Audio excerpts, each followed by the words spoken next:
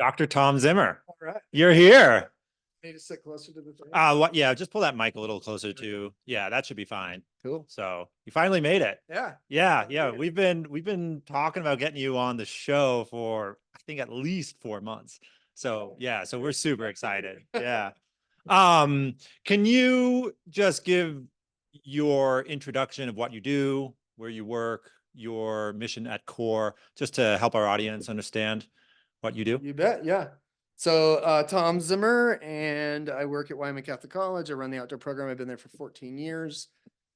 And a big part of the outdoor program, obviously, like the freshmen, I'm assuming a lot of your people know about Wyoming Catholic College, but if not, just the outdoor program at Wyoming Catholic College is quite honestly the most extensive outdoor program of any college in the country. Not that, large universities don't have very big outdoor programs, but as far as what I mean by that is that every student does it. So even these Ivy League schools, they'll have outdoor programs, but only like 2 to 5% of students will actually participate in them.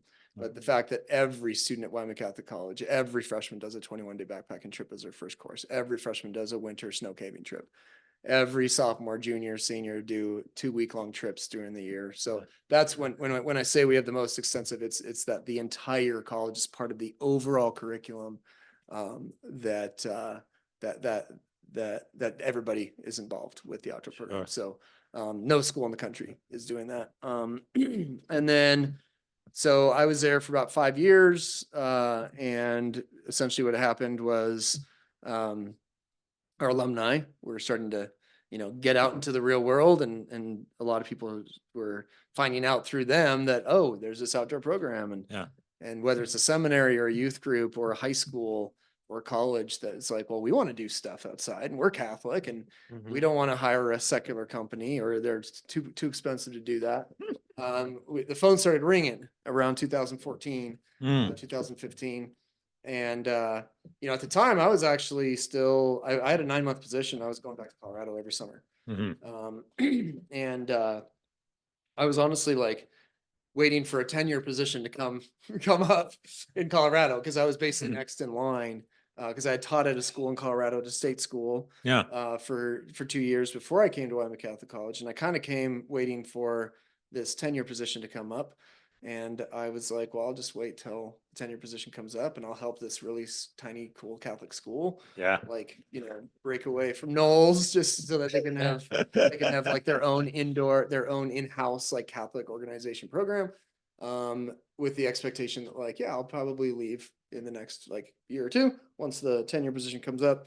And once CORE started, and what happened was basically the phone call started ringing, and then we said, wait a minute. Meanwhile, Zach and Carl, who are now these 2 assistant directors, they're like knocking on my door saying, I want to work for an outdoor program, but it's really hard as a Catholic to work for a secular program where you're surrounded by non-believers. The outdoor industry is heavy with non-believers. And just heavy with, sex, drugs, rock and roll. But also like not being able to have mass on the weekends. Because you're often working then. And so I was like, well, the phone is ringing, and we do have a handful of trips. Why don't we try it for a year? And so we kind of hired them to lead some trips. And then I proposed basically to the board and the president at the time, Kevin Roberts, that we should start this external program. Where we're offering trips to people outside of the college. And lo and behold, boom, CORE kind of gets created. So the name of that program, CORE, stands for Catholic Outdoor Renewal. Catholic Outdoor Renewal. So renewing the hearts of people who, kind of the new evangelization, right? So the idea that like grow up cradle Catholic, don't really know what your faith is all about, because of the fact that catechism isn't great in programs around the country. So I mean, just like your classic Catholic that goes to college and is just like, they leave the faith. They don't, and oftentimes they leave the faith because they actually don't know what the faith truly is. And so the whole idea of new evangelization is actually, instead of going out to the African tribe where they've never heard of Jesus, you're actually just re-evangelizing to the people who grew up Catholic, but they don't really know what their faith is. And so the idea of, come do a CORE trip. One of our first clients was Focus, and they do a lot of that, like actually taking people through Bible studies and teaching them the Catholic faith, something that maybe their youth group failed to teach them, or their catechism back in high school failed to teach them, and now they're learning the true faith, and they're like falling in love with it Yeah. in a different way. Right. And that certainly was my experience with, just, I went to college expecting I'd lose my faith, and I was able to hang on to it because of people who influenced me, partly through the outdoors, which is why I'm so, excited about sharing the outdoors with people, Yeah. helping them reconnect with God in a different way. So you really spearheaded the growth from what every student at Wyoming Catholic College was doing, going into the woods for, 3 weeks or a week here or there. And you took that experience and then brought it to and made it available to the rest of the country. Yes. Okay. 100%.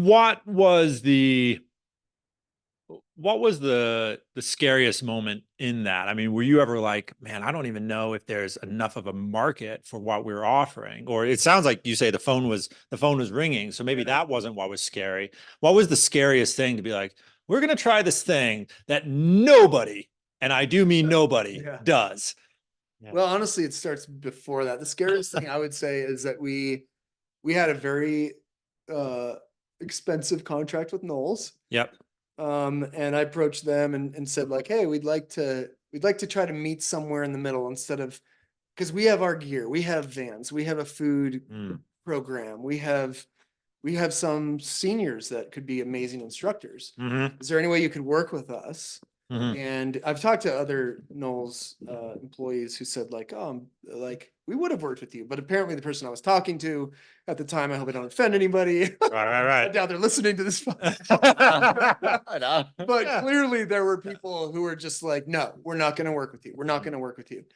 And I think they just thought that like we didn't have any other options. Mm-hmm. And I'm like, well, like we're going to look elsewhere. And I was able to find SROM, Right. Rock Outdoor Ministries.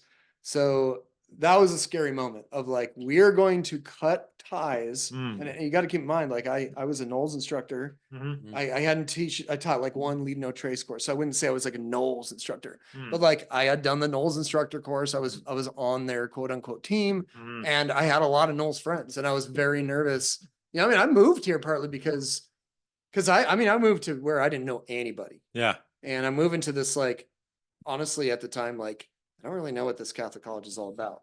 Like that's okay. No one else did either, Yeah, it was very strange. And I'm like, well, but I'm going to like a town where I have a bunch of Knowles friends. Right. And this will be great. I know there's a great Knowles community. And here I am within the first literally 6 months of having my job here, basically cutting ties with Knowles. Mm-hmm. And I was like, they could like legitimately hate me, and I'm never like going to be able to talk to people from Knowles again. Now I will say, like, when that happened, I mean, and we lost a lot of money because we had a deposit down, and it was a big, bold decision. But also the fact that like the board of directors and everyone is just like, are you sure you're making the right decision? I mean, they're like, really? We can do this in-house? Because before I got here, there was definitely this idea that like Knowles has this special secret sauce. And I mean, that was the first thing during my job interview with Father Bob Cook, was like, I was like, why don't we do this in-house? Because he's kind of like, he asked me like, he honestly was like, I mean, he looked at my resume, I got a PhD. They weren't looking for a professor. They were looking for somebody to run the outdoor program. He's like, you're overqualified. Why are you even here? And I said, well, I'll be honest, like, I'm not interested in like running the outdoor program the way that your job description says it, but I think there's a lot that you could do with this program. I think it should be for credit. I think your students are doing enough stuff outside. They should be getting credit for this. I think if you're really going to call it a leadership program, we need to do more leadership, and have just a more robust program. I think your 4-day, you remember, I mean, it was like 4-day spring break trips instead of now they're week-long trips. I mean, yeah. And it was 4 days camping next to a van. Yeah. Or like going to a friend's house, what I heard, and going skiing every day. There were some abuses, which I will claim I was not usually a part of until junior year. And then I was probably part of the abuses. No, there was this one time we were on a fishing trip up in, I want to say it was like Cody or Powell or something, like a place where like the fishing's great, but if you're not catching fish, why are you there? Yeah. And A, we weren't catching fish, and then B, like, man, we got terrible weather. So it was like, it was cloudy, it was overcast, it was windy, it was cold, and one day we were just all looking around and being like, why are we here? Let's just pack it in. And to be honest with you, that's exactly what we did. We went to my girlfriend's house and just like hung out for 2 days. Yeah, Went to the movie theater. You know, just had. I mean, we had a blast.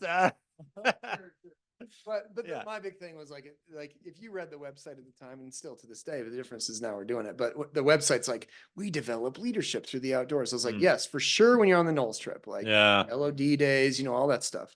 But this idea that like for the next 3 years of your life, you're going to be developing leadership. Like, yeah, maybe one or two people who are like spearheading it. Yeah. But like, I mean, I heard a lot of stories about like sleeping in people's basements and then like going on day hikes. Like that's not leadership development.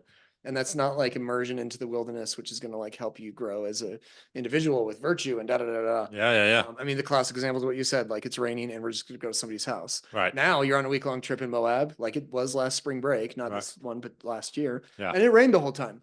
Yeah. And a sea kayaking trip, who was supposed to sea kayak for 6 days straight, Yeah. got in their kayak for 2 hours for the entire trip. But they still were outside and they had to deal with it. And like they grew in, you know, in fortitude, like on that trip. Like, and they still like had to just grin and bear the fact that like they didn't like rent a hotel or go to somebody's house.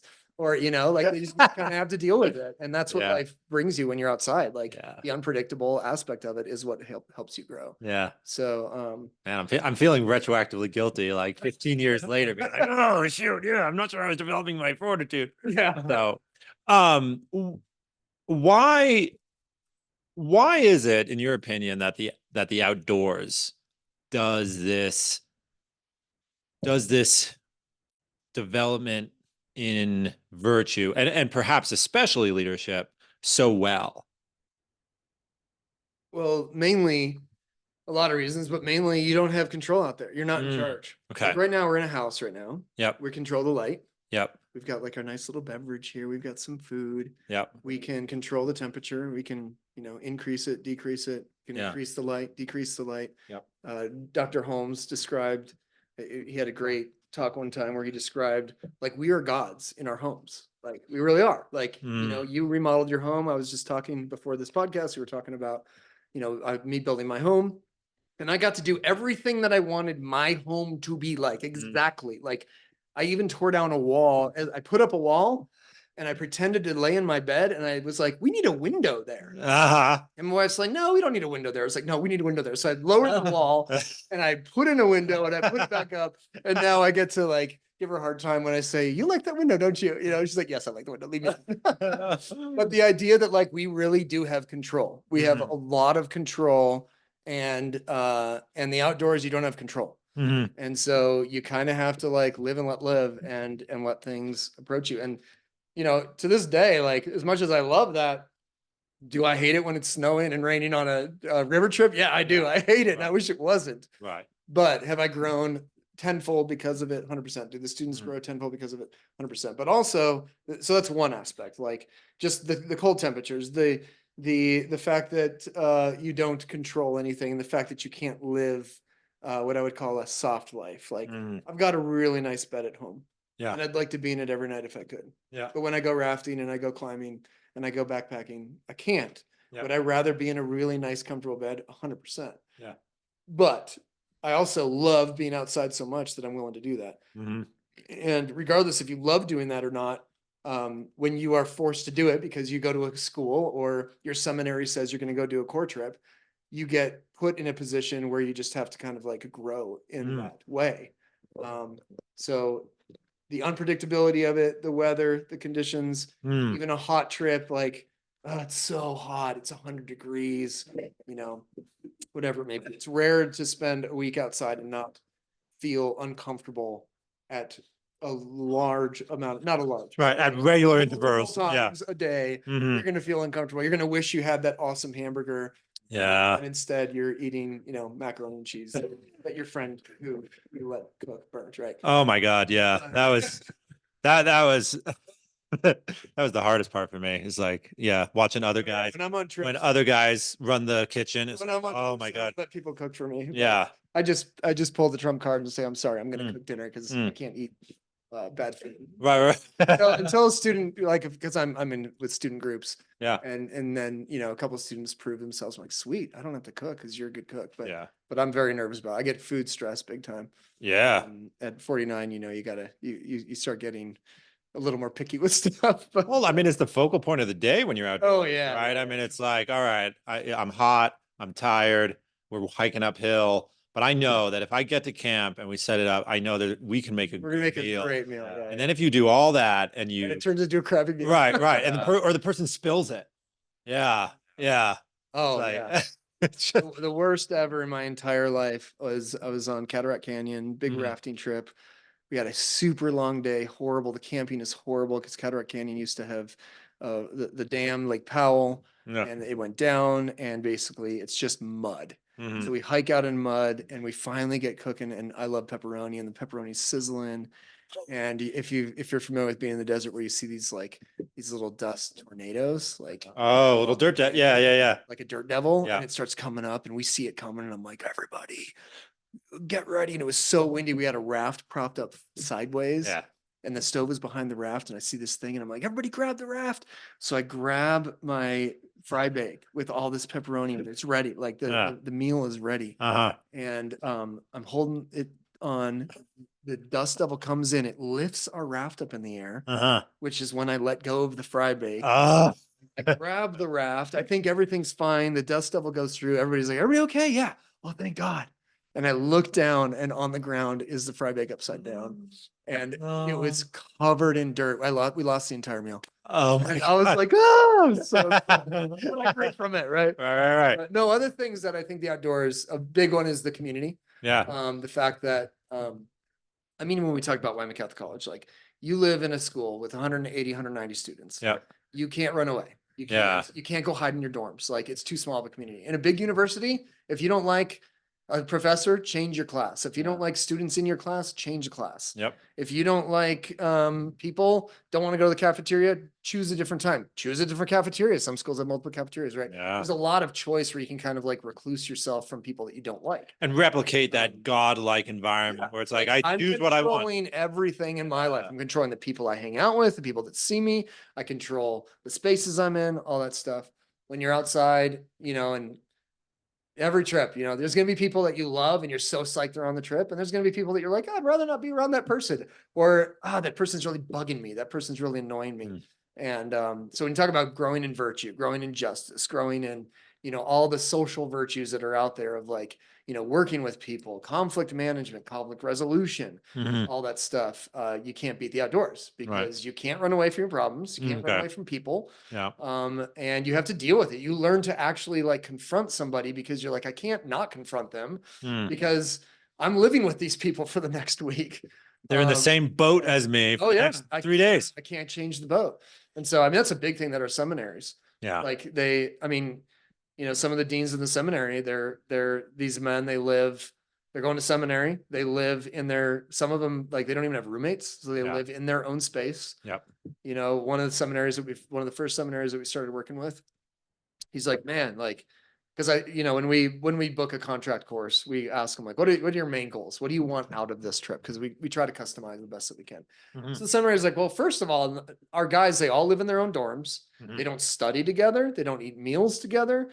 We have pool tables, we have horseshoes, we have things to get them to hang out, and they don't do anything together. We want them to do that. So they come out on a core trip, they spend 10 days in the backcountry, they actually get to know each other on a much deeper level than just being in a class talking about theology or something. Yeah. And they can't run off to their dorms afterwards. They can't choose to eat and study on their own. Right. They're like forced to be together for 10 days. And then, the dean of the seminary is like, hey, ever since the trip, like the guys are eating meals together. They're studying together. They're playing pool together. They're actually hanging out with each other. They form a community. So, and so much virtue comes with just like being around people, right? Yeah. I mean, almost all virtues have something to do with me interacting with another human being. Yeah. And so, when if that's what virtue is, right, then like how we can't do it if we allow people to recluse themselves from being in social challenges or social difficult. Right.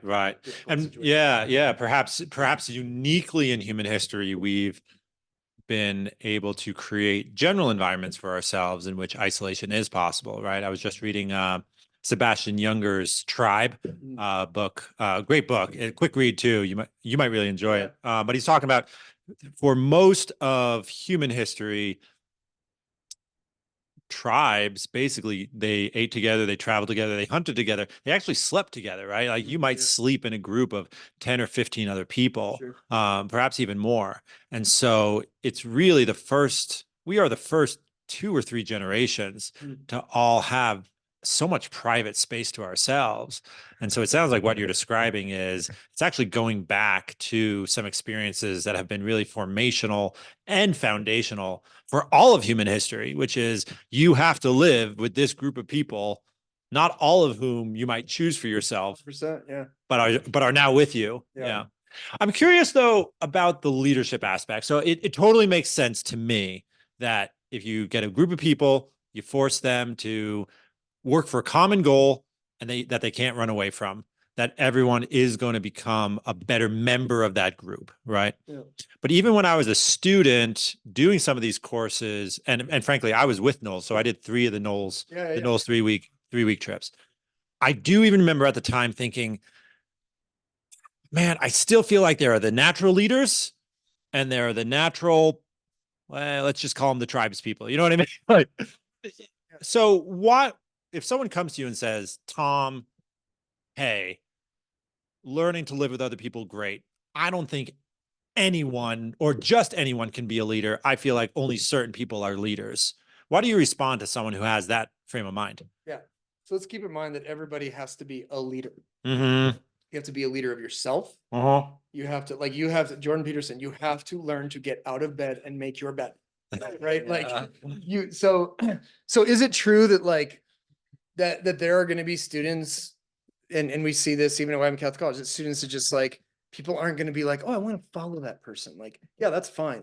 But the reality is we all have to be leaders. And even the student who is not the charismatic or just like the solid skills or whatever, that person is most likely going to be a priest, a nun, or a mother, or a father. Like most of those people are going to find some vocation where they're going to be doing something. So even a nun, like there's an element where like that nun needs to know leadership for themselves, for herself, but then also to be able to work well with other people. Yeah. So the first thing is yes, like, okay, so to give you an idea, everybody comes at Wyoming Catholic College at some level, and people can't see this because it's on a podcast, but you know, my right hand is super low, my left hand's super high, right? Yeah. So Are we capturing this on? Yeah. Okay, Yeah, so we should get it. a kid could come in who's a natural born leader, and they were like a leader of their Boy Scout troop or whatever. Yeah. And they're already there. Yeah. Now that person is starting at this level. Yep. There's a person way down here that at the end of 4 years, and if they could do all the leadership development, they're still going to end below that person's baseline. But the reality is if this person didn't come to Wyoming Catholic College, I think they would end at another school where they didn't have opportunities like this, where they end way down here. Yeah. So is that person the next like JP2, the next Mother Teresa? No, we're not making JP2s and Mother Teresas at Wyoming Catholic College. Nobody can claim that. Right. But we will take anybody, and I believe anybody, whether they go on a 10-day seminary like trip with CORE or they do a 4-year experience with Wyoming Catholic College. Yeah. They immerse them in the outdoors, give them opportunities to not only potentially lead by being LODs and stuff like that, but LOD. Also leader of the day. Leader of the day. Yeah, okay. yeah. All right. So acronym. Okay. Every student at Wyoming Catholic College every year has, on every trip, they have to be an LOD at one point. Okay. And it's like one day they're the leader. And Right. you're right. Like there are times where some LODs, people don't want to follow them, but guess what? They have to. And so let's say I'm like, I'm a driver. Like if I went to this college when I was 18 years old, I would have been the one that's like, I want to lead, and I have to follow this person. Right. Put me in, coach. Let me play. In, coach. Yeah. Guess what? Like only one day of a 7-day trip do I get to like use my leadership and what I think is great, and whether it's great or not, like that's other people's determination. But at the end of the day, I have to actually what we call actively follow. I have to learn that as an 18-year-old, even though I want to rule the world, that when I work at Wendy's, I'm the lowest guy on the totem pole. So shut up, sit down, and make fries. Right? Even though I think like I could run this business, right? Like, so the cocky person who thinks that they're the greatest leader in the world, like they need to learn how to follow. Yeah. The person who never wants to be a leader, like I'm introverted and let me tell you, when I say that, like there are amazing leaders that are introverted. There are horrible leaders that are extroverted. So, I happen to be a particular type of leader. And I've definitely had students who say, are we all supposed to be like Dr. Zimmer? No, absolutely not. There are amazing leaders out there at Wyoming Catholic College that are nothing like me, or nothing like Zach Carlstrom, or nothing like Carl Eby, or Sarah Carlstrom, or any of our women's staff. Like there's a lot of people that are very different from that, and we all lead differently. Yeah. But what's great is, how do we grow in leadership? Well, first of all, let's keep in mind that leadership is just a word that the secular world stole from virtue. Like every leadership trait is just a virtue. It's just a virtue. So we, in fact, when we work with Catholic schools, we often don't even use the word leadership. Like a great book school, like Valor or Great Hearts, where they're teaching virtue. Yeah. We use the term virtue. We don't say like, come develop leadership. No, come develop virtue. Yeah. The best leader is somebody who's very virtuous in everything that they do. Right. That's all it is. And so if you actually look at Noel's 7 leadership traits, they're all virtues. They're all virtues. Yeah. All 7 of them are just, you could replace the word, tolerance for adversity with fortitude. Yeah. Like it is just a cardinal virtue, in fact. And in fact, a lot of them are cardinal virtues. Okay. So it was a way to sort of exhibition behavior is justice. Yeah. Exhibition behavior is taking care of people around you and working together as a team and being just to each other. It's just a different term. So when we talk about leadership, really like grow in virtue and you'll be a good leader. But here's the other thing. So that scenario where like the person who comes in way down here and the person comes in way up here. This person may think they're there. They're going to realize like, oh, I'm not way up here. I'm actually here, because they're going to learn that like, oh, I actually suck at being a leader, even though my family has always listened to me and followed me. But at the end of the day, like people don't like to follow me because I'm this way, or I'm that way, or I'm too funny, or I'm too quiet, or I'm too loud, or whatever that person brings to the table. Maybe they're a leader at their school, at their home, because they were the oldest child. Well, they were naturally put in that position. It doesn't mean you're a good leader necessarily. Right. In that context and setting, if your siblings are listening to you and you're a good leader, great. Right. But now you have to go be a father. You have to go be an employee. You have to go, you're entering a seminary or a convent, and like, it's a different context. So I truly believe the outdoors. Yeah. And giving people opportunities to not only lead, like those LD opportunities, but here's the biggest thing I would say. Most of the learning that people are going to get in leadership isn't there one day a year or there one day a semester where they get to do it. It's the 6 days of watching other people lead, right? Like, so I watch you lead. Yeah. And if I'm reflective enough at the end of the day to be like, wow, I really liked what you did on this aspect of the day in leadership, and I really don't like what you did on that day. On that other aspect. So then the next guy, he's leading. The next gal, she's leading. Right. And every day you're learning from that. And then when you lead, you think that you did a really good job motivating the group in the morning, but then you get feedback of like, no, it sucked because you were like barking at us. Yeah. Or you never gave us any prompting, and I never knew, I never heard your voice, whatever it may be. So that's how we're developing leadership, is by experiencing it ourselves, but also seeing other people do it.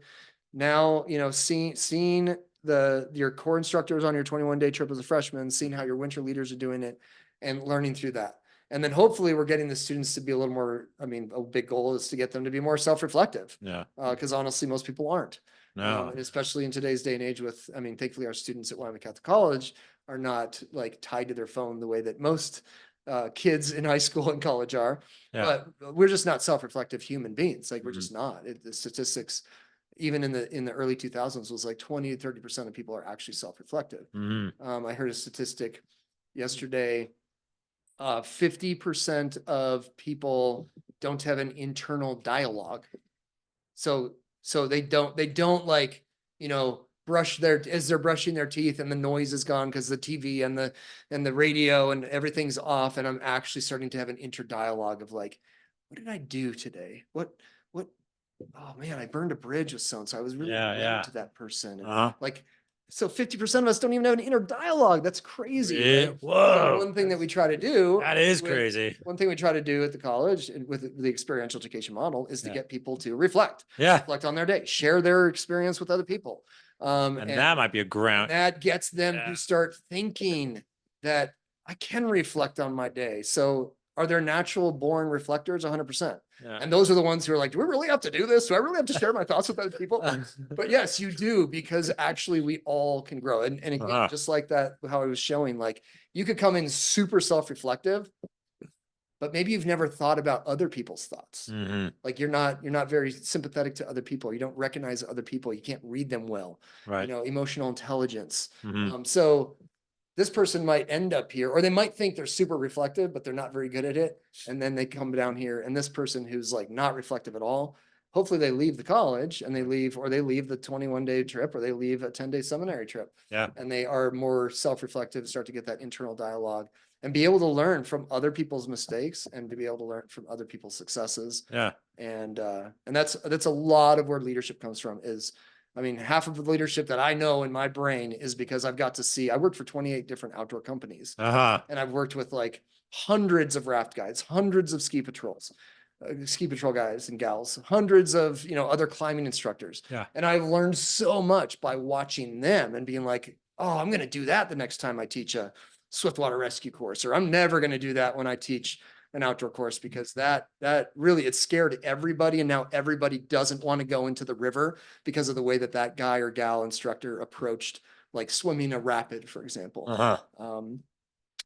So we learn so much of leadership by watching other people. I mean, look at all the books we read. Like we read books about JP2 and how he was a leader, but now we get to do it in real time on experiences because we're in an environment that's uncontrolled and we have to cross this river. And I'm terrified, but there's something that instructor did that made me feel more confident. And all the other people who got to that log crossing and said, I am not crossing that. And then like, well, what did they do? Oh, wow. They were calm. They approached it this way. They gave us, you know, they approached it this way. And wow, I'm going to put that feather in my hat, and I'm going to be a better leader down the road. And I'm going to be able to do that. So.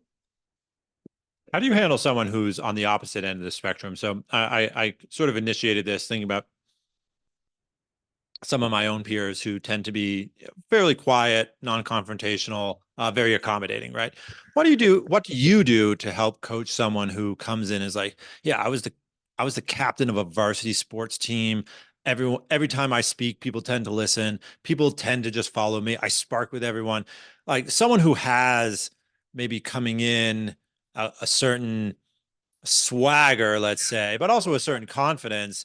How do you unwind them a little bit to make them think, oh shoot, I have to add more tools to my toolbox? Well, I think the first thing is a 21-day trip. Okay. For Wyoming Catholic College, a 21-day trip. Like at the end of the day, you're not in charge and your instructors actually know more than you. So I can tell you my son, who's 12, by the time he's 18, he will have done more days in the backcountry than any of the 21-day instructors that will be a senior at Wyoming Catholic College. He has more rafting days and biking days than any students at the college right now. I can tell you that for sure, because every year we're logging a lot of those days. So, but even if he comes to Wyoming Catholic College, he is going to have to like buck down and realize like, oh, I'm not in charge. And oh, like, yeah, even though my dad's taught me everything about grizzly bears, like I'm still not in charge and I still need to listen. And I still need to like, I still need to like be docile to those instructors. And if I'm not, like, they're going to put me in my place. And, you know, so I think the 21-day trip is a good way to start that. So Peak students are in town today. And I gave the bear safety and lightning safety. So Peak is a high school program at Wyoming Catholic College. It's kind of a recruiting tool where students come here and they get It like, come live here for 2 weeks and see if you want to be a student here. Yeah. Yeah. So a lot of them are like, sophomores or juniors in high school. So literally I'm giving the bear safety training and before I'm like, raise your hand if you've been backpacking. And literally like half the hands go up. Mhm. And I'm like, raise your hand if you've been backpacking in Colorado, California. I started naming all these states. And then I go, raise your hand if you've been backpacking in grizzly country. And like only 5 hands go up. So I go into like the bear safety and I'm literally saying things and I can tell, I can read the group very easily. I've done this for years. And there's these three boys who probably have their Eagle Scout and they've been backpacking their whole lives and their dad or some outdoor guru. And I start saying things and they start laughing as if like I'm crazy. So I have to go into like, okay, like I go into a little bit of a like, all right, let me tell you why you need to listen to your instructors. Mm. Your instructors know what they're talking about. You need to listen to them. There's real objective hazards out there. Yeah. If you don't listen to them, Yeah. and give them a couple of stories and experiences. And all of a sudden, like by the end, one of those boys who was laughing at some of the things I was saying, same thing with lightning. I was telling about lightning position and they were laughing like I did the lightning drill at the lightning position and they kind of laughed. And I said, okay, hold on, let's talk about this. I kind of had to like stop the group and say like, this is real. This isn't me being silly. And this isn't a Wyoming Catholic College. This is an outdoor industry. I don't care if you go with Knowles, Outward Bound, whoever, like we're all doing this because this is how you prevent yourself from getting killed by lightning. And right. And there are people who have been killed. Oh yeah, totally. By lightning. Yes, because in the mountains, you're going to be walking in. Dumb, and they're climbing mountains above tree line, and or there's a freak accident, right? But just like there's a freak accident at people's homes and on the highways all the time, right? Like, but the reality is afterwards, one of those boys came up to me and apologized and said like, I'm sorry, I was being a distraction, like, and thank you so much. I'm really excited, looking forward to the trip. Not all kids are going to do that, but you kind of have to let them know this is real. But to answer your question, a big thing with that student is to try to get them to realize like you could be an outdoor leader for Wyoming Catholic College. You know, like you could, or we have multiple people who've done a core trip, like 1 10-day core trip or 7-day core trip. Yeah. And then they like, could I do this? Yeah. Come to our internship. In fact, we have 10 interns this summer and 2 of them, their first experience with core was by doing a core trip as on an open enrollment trip or with one of the colleges or high schools that we work with. And now they're here doing this internship. And so those people they're big assets. Like if we can figure out those people as freshmen and say, whoa, like, give them the tools, give them the desire. Like you have a natural leadership ability, or you have a lot of backcountry experience. We've got students all the time that come in with tons of experience. Bernadette Wall is a great example in Margot, where they came in with like, they had Swiftwater training before they showed up. Yeah. Well, guess what? Both of them became raft guides for the program and have guided class 4 for Wyoming Catholic College, right? Like that's pretty incredible. And if you can harness that, having said that, some students come in and they just don't want to do it, and that's fine. Like, obviously not everybody loves to do it, but if you can harness that person, and I'd say the same thing to, a boss of like Wendy's, right? Like if there's a kid who's the fryer and he's got a lot of potential, he or she has a lot of potential, like instead of just like, no, you're the fry guy. Like, right. Like, provide opportunities to help that person recognize, yeah, you're going to have to do the fries for a while. You're going to have to do the basic stuff for a while, but keep proving yourself and you have the ability to like grow in this organization. I've heard of people who started at Walmart at the bottom of Walmart, no master's degree, no MBA, and they're becoming managers of a store. Then they become manager of a superstore. Do you know how much a manager of a superstore of Walmart makes? I don't. $400,000 a year. No master's degree required. Like that's the person who comes in and, starts at the bottom and moves up and just proves himself through hard work ethic, and through good leadership. Anyway, it's amazing how that can work. Right. And it sounds like mostly take groups that are focused missionaries, so Catholics, seminaries, Catholics, Wyoming Catholic College students, at least mostly Catholics. Um, do you guys do, I'm going to say secular trips? What's your programming for groups that do not have this common background of this church? Yeah. So core expeditions in particular, we'll run over 100 trips this year. That's crazy. Yeah, we've grown significantly. Yeah. I mean, I just think 18 full-time staff. Like we have grown a lot in the last 8 years. I mean, 15 years ago, Wyoming Catholic College students, of which I was one. I mean, we were like camping in the mud. It's come so far. It's amazing. But anyway, please continue. So we'll do over 100 trips this year, and I would say about 80 of them are like with like the seminary or the Catholic group that like everybody's pretty strong Catholics. Yeah. And it's I wouldn't call it like the true evangelization of like taking somebody because they're already fired up. Like a seminary is pretty fired up if he's going to devote his life to joining this order, Sure, joining this diocese to become a future priest. But we do a lot of trips for secular schools. Okay. High schools. Now, granted, like oftentimes they're classical schools. Yep. And they definitely are excited about what we have to offer. Yep. But so on those trips, we don't, because they are a charter school, for example, and they're being like, because it's charter, we can't actually like talk about Jesus, right? Formally.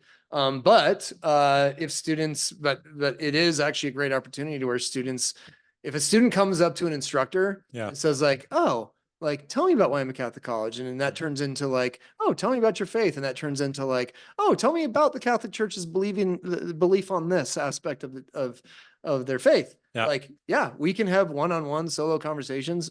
Absolutely. Just like I'm on a Knowles course and I can talk to the Knowles instructor about whatever. Obviously there's boundaries with certain things. Sure. But like, I can talk about the Knowles instructor's faith and I can ask him those questions.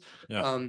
Now our instructors aren't like, haha, how can I like shove Jesus down the throat of these kids? Yeah.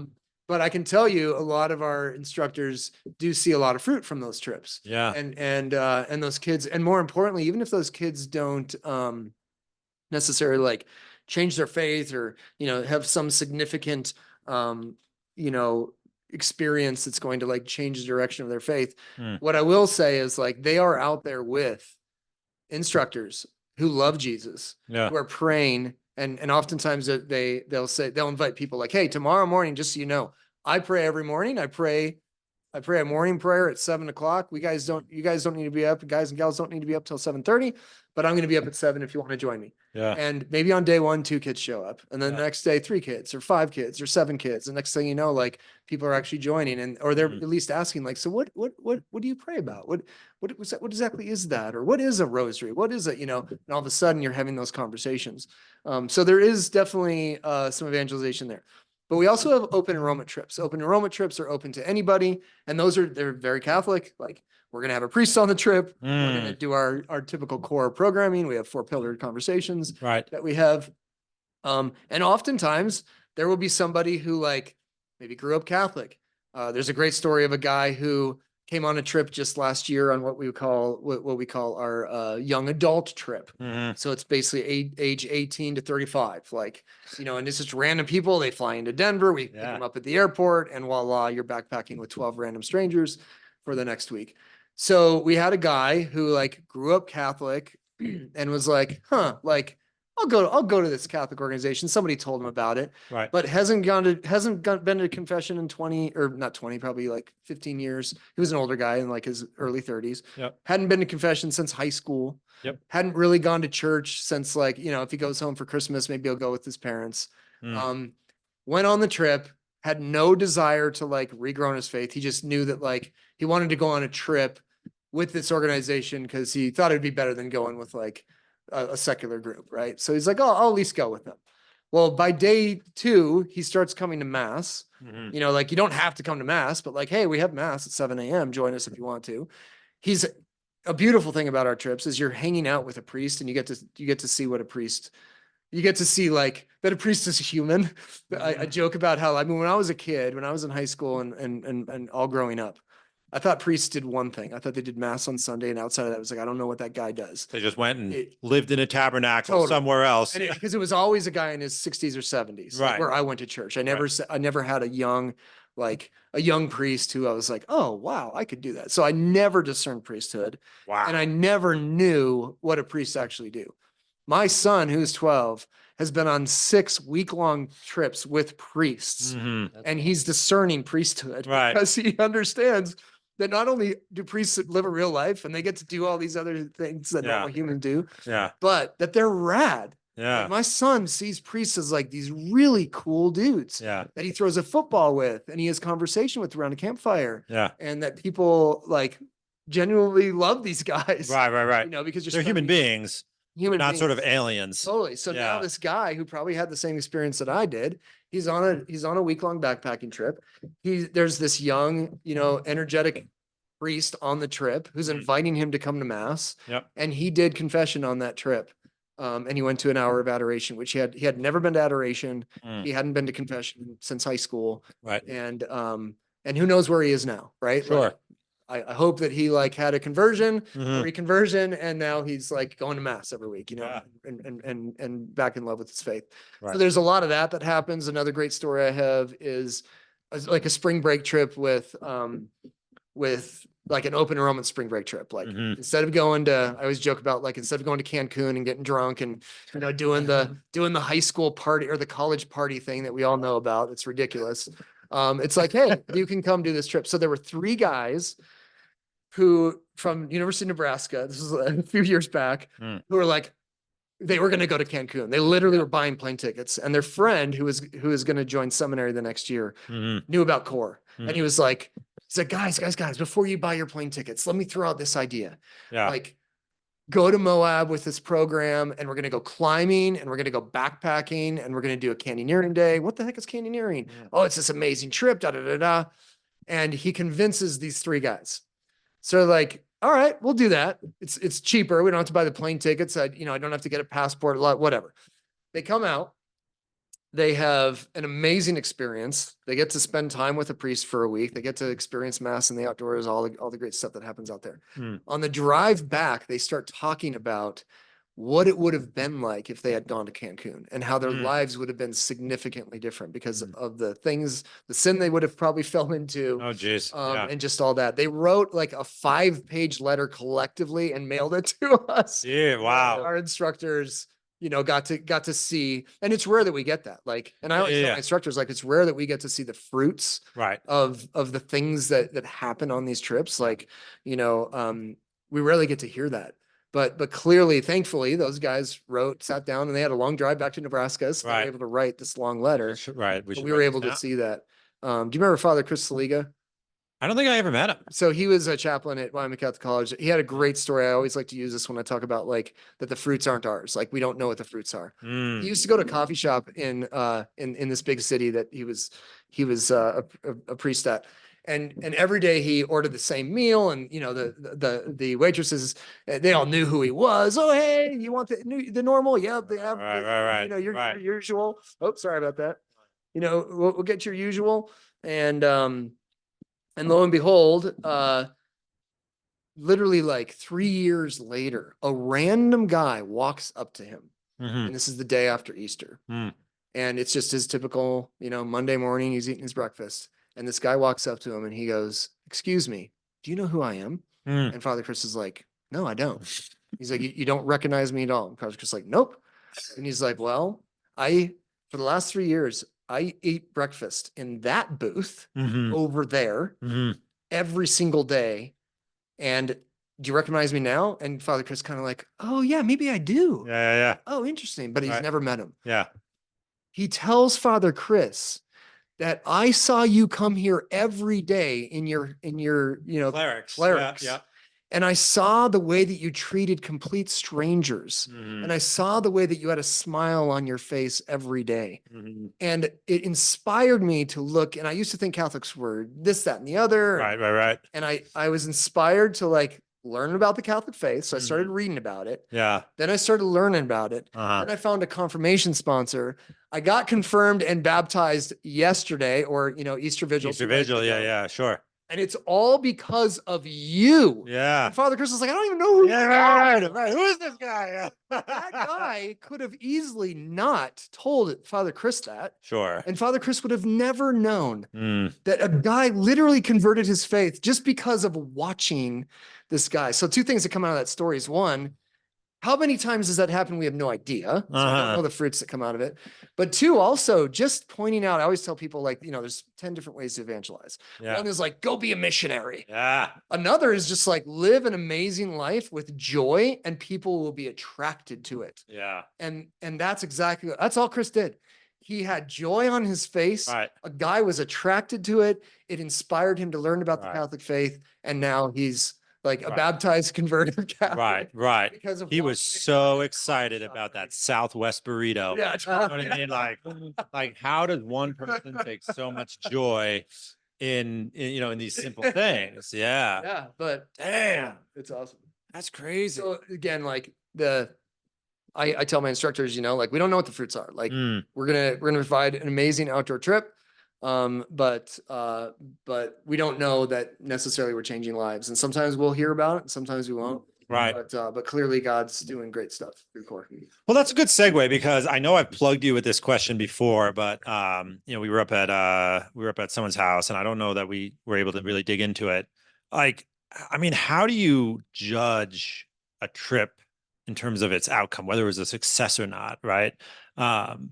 I remember again, I did more Knowles courses than core.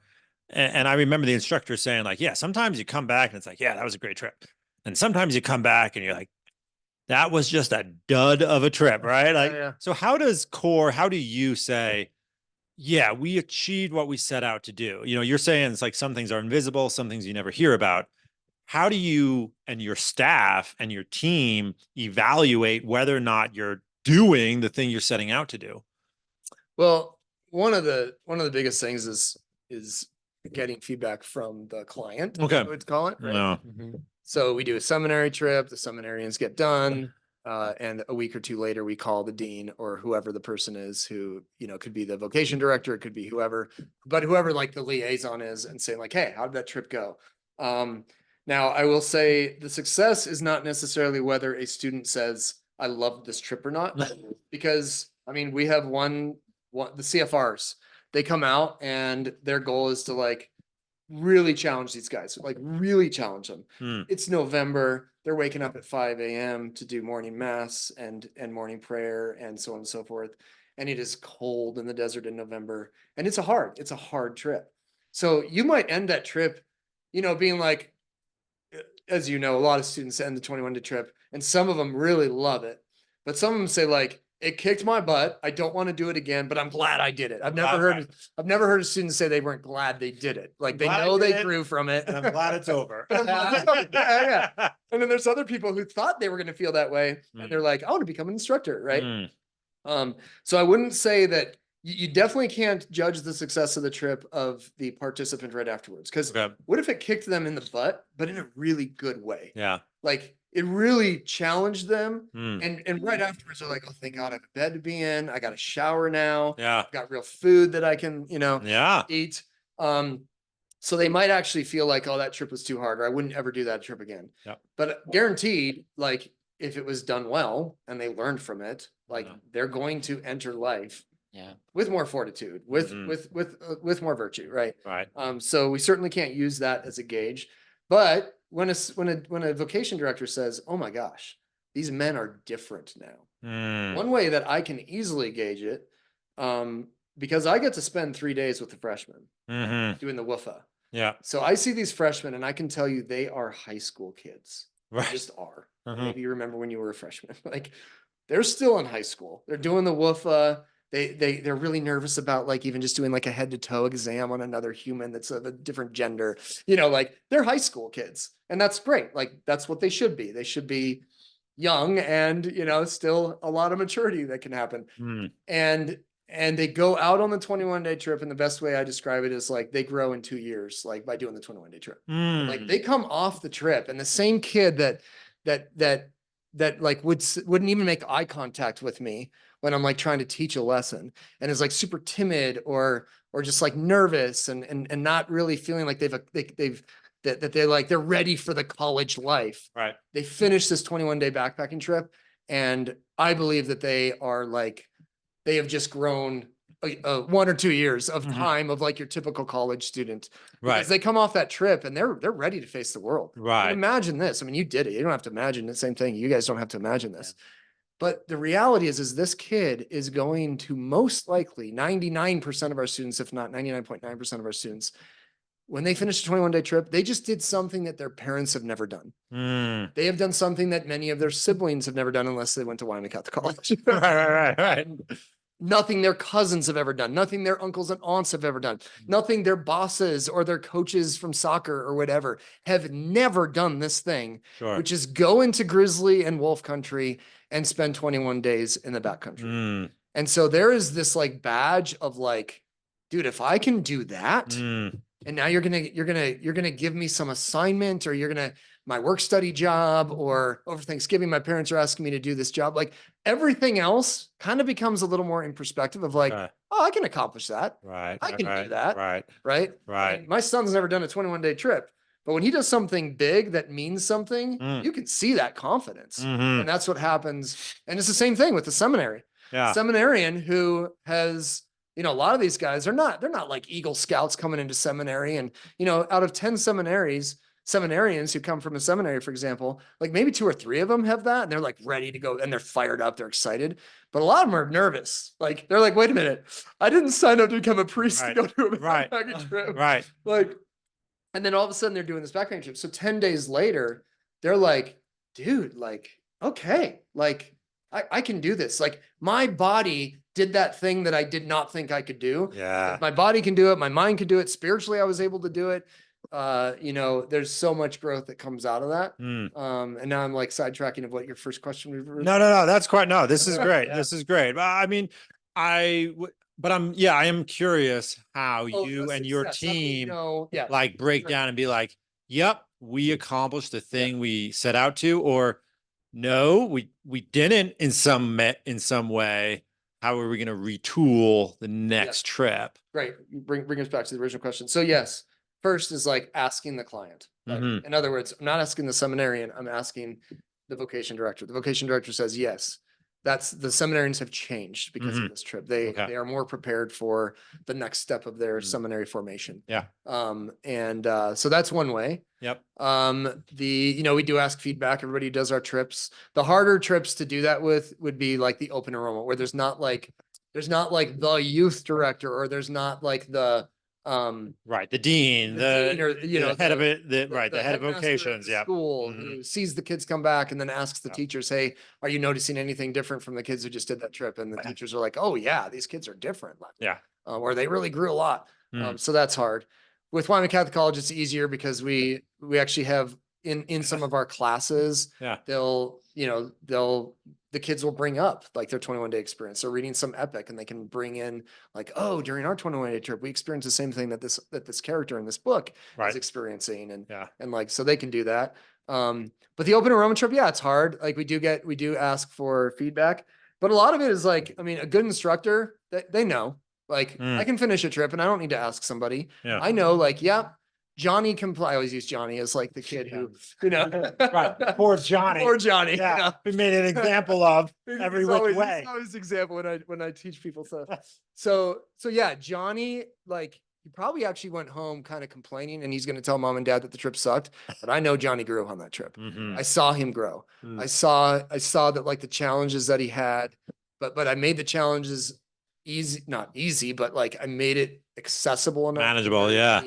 They had success. Right. A trip that wouldn't be successful is like, and we've never really had one as far as like where like we couldn't even go hiking, because even if it's raining, like we're still gonna go hiking. Like, and it's gonna suck. And they were hoping for like the beautiful sunny, spring break trip, and instead it was raining. But at the end of the day, like they still can look back at it and say like, yeah, it would have been awesome if it was sunny the whole time. But dude, I learned a lot on that trip. I'm stronger because of it. I'm more virtuous because of it. You know, I've done a lot of river trips with Wyoming Catholic College where it's snowing Yeah. and we're wearing wetsuits and we're putting on wetsuits that are covered in snow in the morning. Right. You know, get around the dry line and we wake up with 2 inches of snow on the ground. Right. You're putting a wetsuit on with snow. I guarantee every one of those students, they have way more fortitude when it comes to cold temperatures. Right. And all the things that as a parent now, you know, I have a 12-year-old and 3 other little girls. Like now as a parent, like there's a lot of physical things that are challenging, like even sleep deprivation that are a lot easier, I believe, for me because my body has been physically challenged a lot in the outdoors. And so like I can handle things differently than I think a lot of people who aren't exposed to that. Yeah. And there's a lot of stuff that I think the outdoors has made me just a better father. Yeah. A better boss, I would hope, right? You know, a better employee to work. Right. We'll get some feedback from Yeah. Right. Podcast. Right. In the description of this episode, we'll be putting in a link to a poll. Yeah. He's horrible. Right. Well, and actually, but no, this touches on something I wanted to ask you about. I mean, I remember meeting you actually when you were interviewing for this job. Oh yeah. I'm not even sure you and your wife had any children at that point because this was like 15 years. Kid was when we got here. Yeah, because this was like 15 years ago or something like that. So anyway, so you were telling us wild stories. You know, you were rappelling up the flagpole on your college campus, and you know, you were doing all these crazy. And then you were telling us about these crazy outdoor trips and everything, all this mountaineering, and then you know, you start having kids. It sounds like you and Kristen, your wife, have done a really great job of introducing your kids to the outdoors. I'm assuming that in certain ways you've had to dial back and slow down because you've had little kids. How has that affected anything about how you did the outdoors? Have you ever been like, man, I missed that class 5, that really gnarly run on a mountain because I'm on the greens teaching my kid how to ski? I don't know what it looks like exactly, but what does it look like and how have you processed that? Yes, that's so yeah, are there times that I need to go get my fix, right? 100%. Like Sings Canyon is the greatest gift that Lander has to me because it's a class 5 river and granted it's only 3 weeks a year. Yeah. But in under an hour I can run a 2-mile like continuous class 5 river. Right. And like be home. I can leave work at 4:30. Yep. Go run that river and be home by 5:30 for dinner. Right. Literally a gift. Yep. And kayaking is my favorite sport, and I live in a town that doesn't have rivers besides like a 3-week window. And so yeah, thankfully there's good biking here. But here's the big thing. So my best friend ever was this guy named Dan Escalante. He passed away in an avalanche. But he fortunately had the opportunity. He came out and helped me build my house before he died. And because, you know, I haven't been able to spend a lot of time with him, but on that trip, I call it a trip, on his trip where he came out to Lander to help me build a house. Yeah. He got to spend 3 weeks with me. And, at the end of the trip, he went up to do what's called the Grand Traverse, which is this like super burly where you go up Tiwanaut and then you go over to Owen Spalding and you do Grand Teton. And it's like a legit, like full day, tons of like, you know, 8,000 feet of vertical climbing. Like it's burly. And like, I would have loved to go do that with Dan Escalante pre-kids, but like, I'm not in shape anymore to do that. And I don't have the time. And also it's kind of dangerous. And I'm like, I don't need to do that. I got 4 kids, right? And a wife that I don't need to like leave behind. And so, but Dan asked me point blank, he's like, Tom, don't you ever feel like you're missing out or like, you know, cause he's my age, like same age and no kids, no wife, like, it gets after it all the time. Right. He just point blank asked me like, don't you ever like want to just go do hard stuff? Right. And, you missed the rush. Yeah. You missed that. And yeah, I don't get that rush the way that I did when I was single. Right. Yeah. But I can tell you, this is exactly what I told him. I said, Dan, it's literally impossible for you to understand this. So I'm going to say something that your brain is not going to understand, but I get a way bigger rush of seeing, at the time my son was like 8 years old. I get a way bigger rush of seeing my 8-year-old, like literally like go down a green run on his mountain bike or Right. green trail Mhm. or ski down that green run. Mhm. I get way more Mm. of a rush by watching him do that than I would if I went and I did the Grand Traverse or if I Right. went and did something hard. Mhm. And again, he's like, what are you talking about? And I was Right. like, I'm sorry, Dad. I'm sorry, Right. Dan. I'm sorry, bro. Like you cannot understand that Right. because you don't have kids Mhm. and it's hard for you to imagine that that's even possible. Yeah. But I got this little kid that the smile that I see on his face Yeah. when I teach him something that he can now do on his own, Mm. that is way more fulfilling Mm. than being able to go do that thing. I got to do that. Like Yeah. I got plenty of that. And you know, I can potentially, you know, I can do the little things like go up and run Sinks Canyon and I can, you know, take some students up Grand Teton and I'll do that eventually with my own kids. But right now, like, yeah, I tame it down. But the key for me and the beauty, and I love teaching, like, you know, I've always wanted to teach people and, you know, I'm happy to go down a class 3 river and teach people how to like guide boats for the first time. Right. But the joy that I get personally, I think all instructors for core and people who really love to share the outdoors with other people, they are experiencing other people see the joy that they got for the first time. When the first time they got in a kayak or the first time they figured out how to mountain bike or how to ski Right. or, you know, successfully get off the chairlift at one time. There's just so much in that. And so I don't need that fix because that fix is different for me. Now, would I lie to you that like when I go to Colorado and I'm taking my kids, like I'm going to Colorado 2 weeks from now and I'm going to take them, I'm going to take Theo kayaking. He learned his role this winter. And he's going to go kayaking. Am I going to like after dinner when the kids are like, you know, no longer, you know, they're like starting to wind down Yeah. and I'm going to call my buddy Dave and I'm going to go run Pine Creek in Numbers, like class 5 river. Yeah. I'm going to go do that for an hour. Like, but I'm not going to be like, hey, honey, I'm leaving for 3 days to go do this like thing. I don't need that. Right. I love the like quick little, like, I'm going to go do this fun adventure. Yeah. Partly also because I want to keep my skills up. Sure. Like if I stop paddling Sinks Canyon 5 years from now, my son's like, hey, Dad, let's paddle Sinks Canyon. I'm not going to want to do it. Yeah. Because you can lose the, you know, your skills. Okay. So some of these reflexes, some of these things are perishable. Yeah. Oh, I'd say 100%. Yeah. Okay. Like, yep, for sure. You know, I used to lead climb 512 and I just don't climb as much anymore. Yeah. You know, if my son got into climbing, I'd probably start climbing again, but I can't go climb 512. Not only because my finger strength, Yeah. because I could fix that. I could start going to the gym, but Yeah. mentally, am I ready to go climb 512? No. Okay. Like my brain needs to be back in that. Okay. If you stop kayaking class 5 and wait 5 years, your brain will not be in a place where you can go start kayaking class 5 again. Okay. All right. It's just So it's not just being in shape; it's sort of some being in that mindset, Yeah. and that mode, and and the confidence that you need to have when you're doing harder stuff. right. I can go climb 510 right now, no problem. Right. But when you start bringing it up to like the higher notch levels, Yeah. like you need to be in the game for sure. Right. Right. Huh. Damn. I mean, yeah, that's so fascinating. What, if you don't mind me asking, what sort of conversations did you and your wife, Kristen, have, you know, before you got married, early in your marriage, as kids started to come and be like, hey, how are we going to raise our kids? Like, did you guys have this sort of game plan, or was it more just kind of an instinctual thing of like, we should get these people outdoors? I'd say both. Little as they are. Yeah. Well, thankfully I married a woman who, you know, God providentially entered into my life and she would say the same. Yeah. And you know, the fact that it's funny. I mean, my mom always said, "You're never gonna find an outdoor person that loves it." And I, Right. What are you gonna do? Marry a grizzly bear? You know, like, what are you doing wandering around in the woods?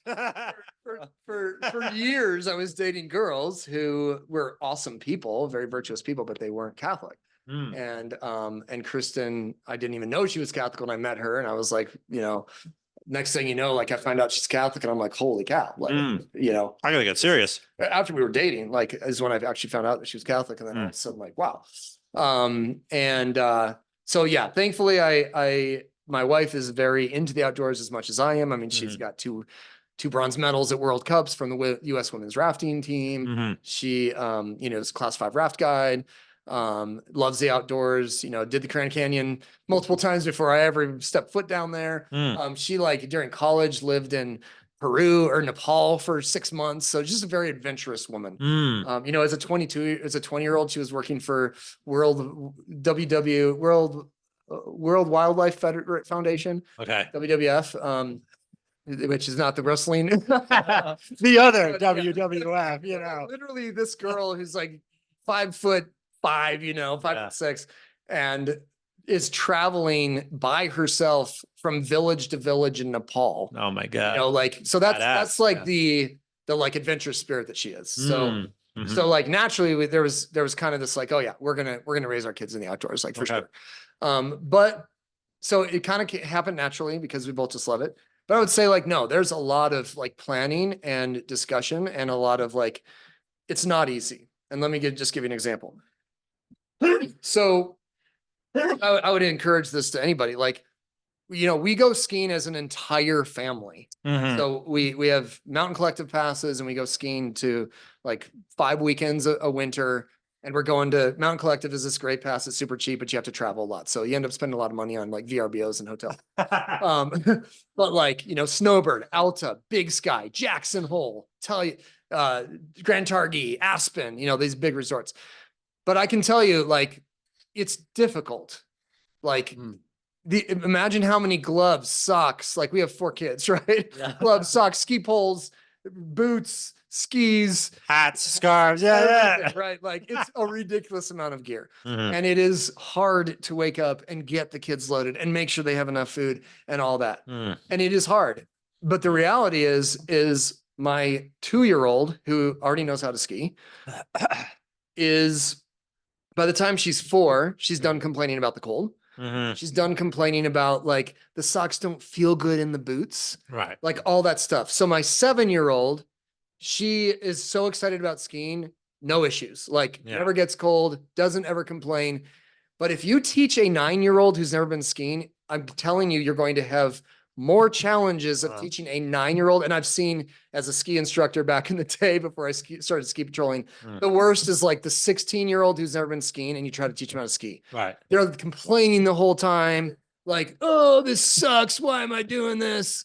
You know, if they're not coming, if they're coming into it because they want to learn how to ski, I Yeah. think most of our students at WCC, they're pretty excited about the ski trip. We Right. try to make it that way. Yeah. But the reality is the kid who like mom and dad want you to learn how to ski. You're 16. I don't want to. I'm gonna go hang out with my friends. Yeah. Why are you forcing me how to ski?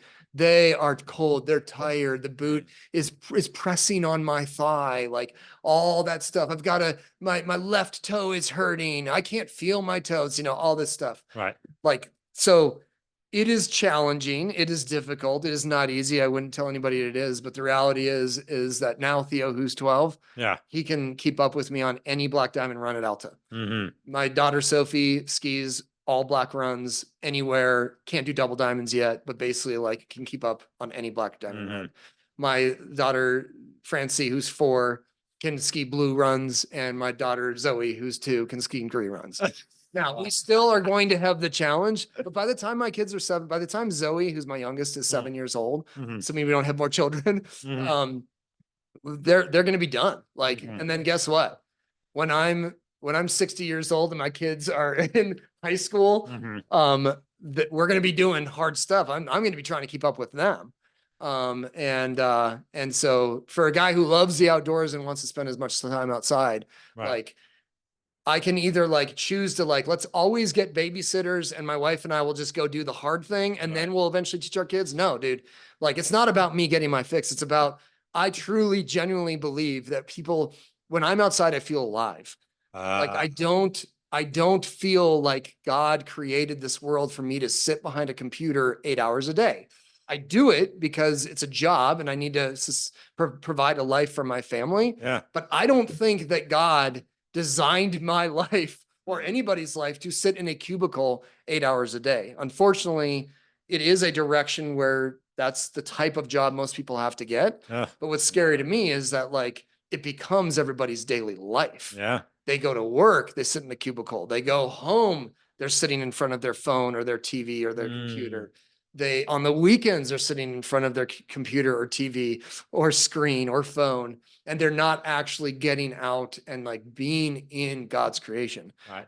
And so I really think like I feel alive when I'm outside. Like anybody who's been on trips with me, Like if you see me in the office, I'm a pretty like, I'm not like the crazy energetic dude. Get me on a rafting trip and you're going to hear, silly voices that Zimmer has. Right, And right, you're right. going to see a different side of me because I feel alive out there. I Yeah. feel like that's where God, it's always easy to say like, oh, the good old days. Like, if I could live in the 1800s, if I could live in the 1200s, if I could live in the good old days where you didn't have all this stuff and you just, travel to work by horse or by walking, how cool would that be, right?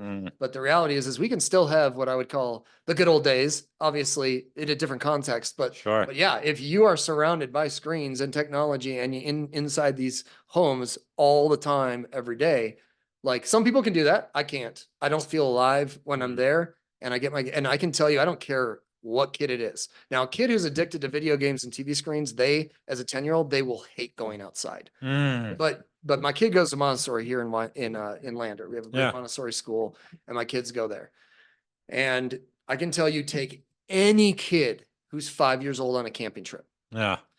You don't need anything. You don't need a cool trail. You don't need a paddle board, a stand-up paddle board. Yeah. You don't need anything. Give them dirt, trees, and rocks and grasses. Yeah. And they will be enamored. They will go out and they will just be like in the explore world. And what's sad is that 7-year-old who goes out and doesn't have that, it's because they've been inundated with like screens. They've been taught that like, but your average 5-year-old, like all the kids at Montessori, they all have to go to recess. It doesn't matter if it's snowing. It doesn't matter if it's raining. They all go outside and they have a 6-acre lot. It's amazing. Yeah. And they just, every single recess, every single day, like they're outside. Like you as a parent need to send your kid to Montessori with ski boots, like snow boots, a hat, gloves, goggles, whatever it takes, because they're going to send them outside.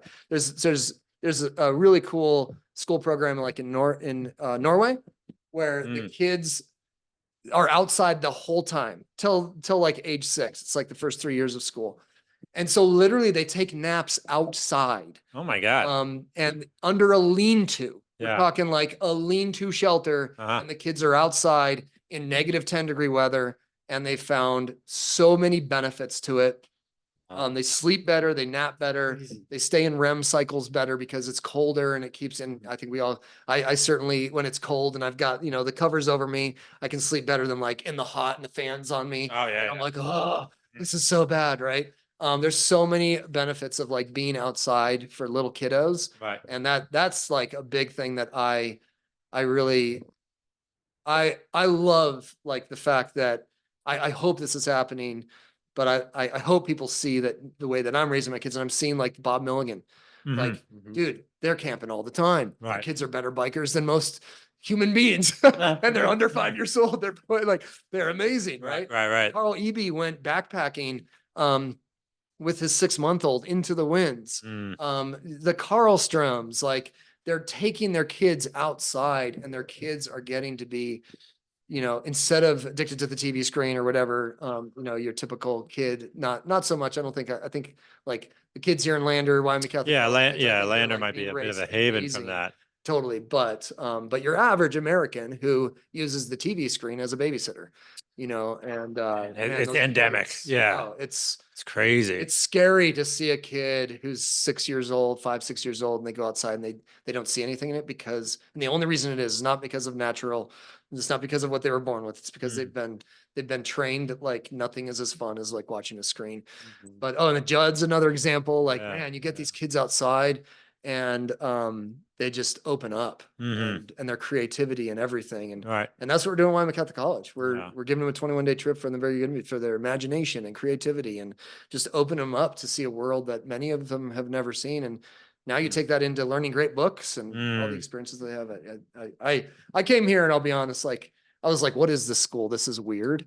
And after finally a few years where I was like, I mean, I wasn't telling any of my nephews or nieces who were like applying for colleges at the time. Yeah. I was not telling any of them like, you should apply to Wyoming Catholic College. Right. You're like, I gotta check this place out. Every one of my nephews and nieces, I'm like, you have to come here. Like, Yeah. you just do. Like, there's just no better formation in my opinion.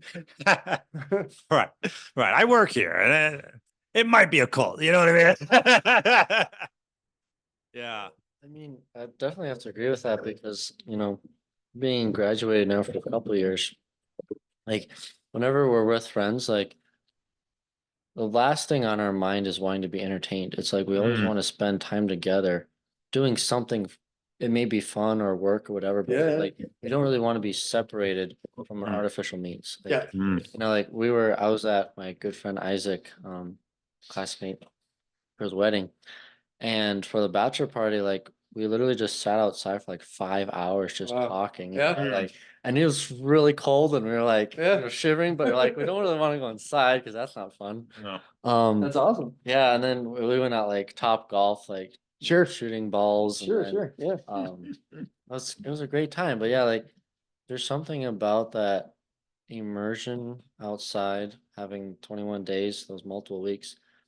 Then once you really experience how good that is and you chose that, then it's like when you have the next opportunity, you don't really want to go back to being just a passive watcher. You know, you don't want to be passive really anymore. Yeah. Yeah.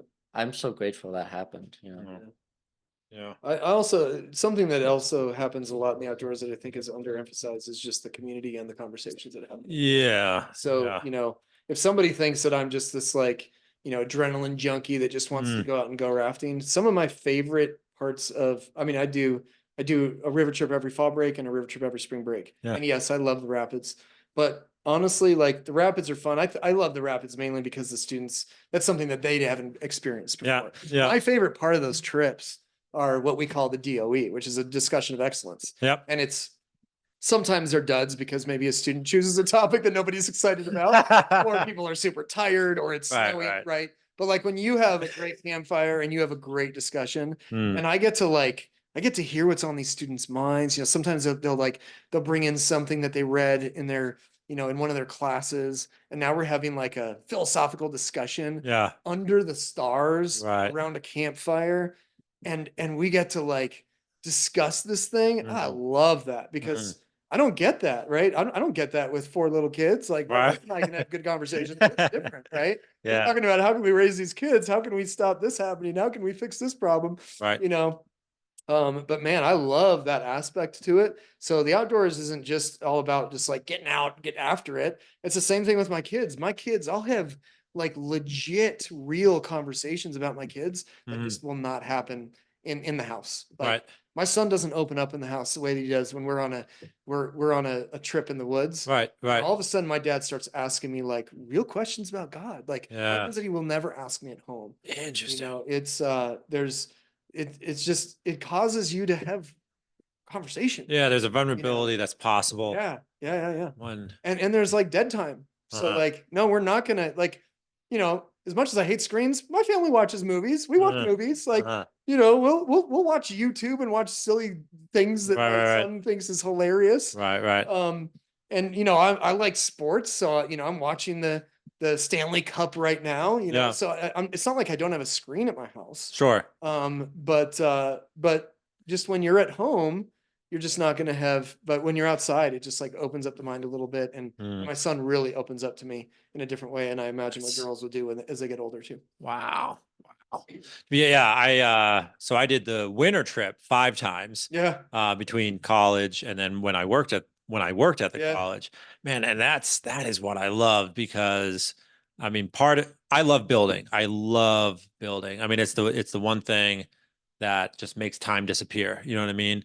And so when you're on winter trip, you get to build shelters, you get to build kitchens, you know what I mean? I get to be like an architect out there. Yeah. But then the other half of it is exactly what you're describing is you're at this campsite and you just have a lot of time to sit around, cook food, play games and have discussions. I mean, one of your Kathy Swift. Yeah. Yeah. I mean, one time she and I just stayed up till like, I mean, it was like late by outdoor standards. So it was probably like 10:30. But that's still what? 5 hours after sundown? You know what I mean? Yeah, exactly. And we just stayed up, you know, just talking about life and talking about philosophy and talking about all these things. And it really was only possible in that context of you have to look after your basic needs, but after that, there's really not a ton of demands on your time. And there's that philosophical element of you sit around and have great discussions. But then the other half of it, and again, I will say I noticed this most on the winter trips. We're like playing all these games. You know what I mean? We're playing the boot dance game. And what's the one where you like put your hands above your head? It's like the timber, you know, like your chop. Yeah, Yeah, chop game, yeah. the chop game, right? And there's this playfulness Yeah. that that again, it only seems Could you possible imagine, like in the in backcountry. in like the college cafeteria, like let's play the boot dance. Yeah, Let's play yeah. the chop game. It doesn't happen. Right, right, Yeah. right. I love that trip that you go into the snow cave at like 5:30, 6 o'clock. Yeah. And you're in there for like 3 hours Right. because otherwise it's miserably cold Yeah. outside. Right. And you don't want to, I always tell students, like, you don't want to go to bed early because Yeah. you wake up at 5 a.m. and Yeah. it's really cold and you're just going to sit in your sleeping bag. Yeah. So, you know, you go in, we build the snow cave, at least one snow cave big enough to where the entire group can go in there. Right. And you hang out in there for 3.5 hours. Yeah. And it Yeah. goes by pretty fast. Right. Like if you're It like, oh, does. this is going to be forever. Like, Yeah. it's so fun. Right. And Yeah. you're doing things that you would never do if you were like stuck in the dorms. Yeah. Like, you know, if you said like, all right, students, for the next 5 hours, you have to hang out in the dorms. Like, are you kidding me? All right. Yeah. So yeah. It's Yeah. beautiful. No, it's true. It's true. And it is funny how it's like on one hand, you're being the most adult you can be, you know, talk about philosophy, talk about the meaning of life. And on the other hand, you get to go back to this playfulness 100%, yeah. and this Just to be a kid. childlike Yeah, existence.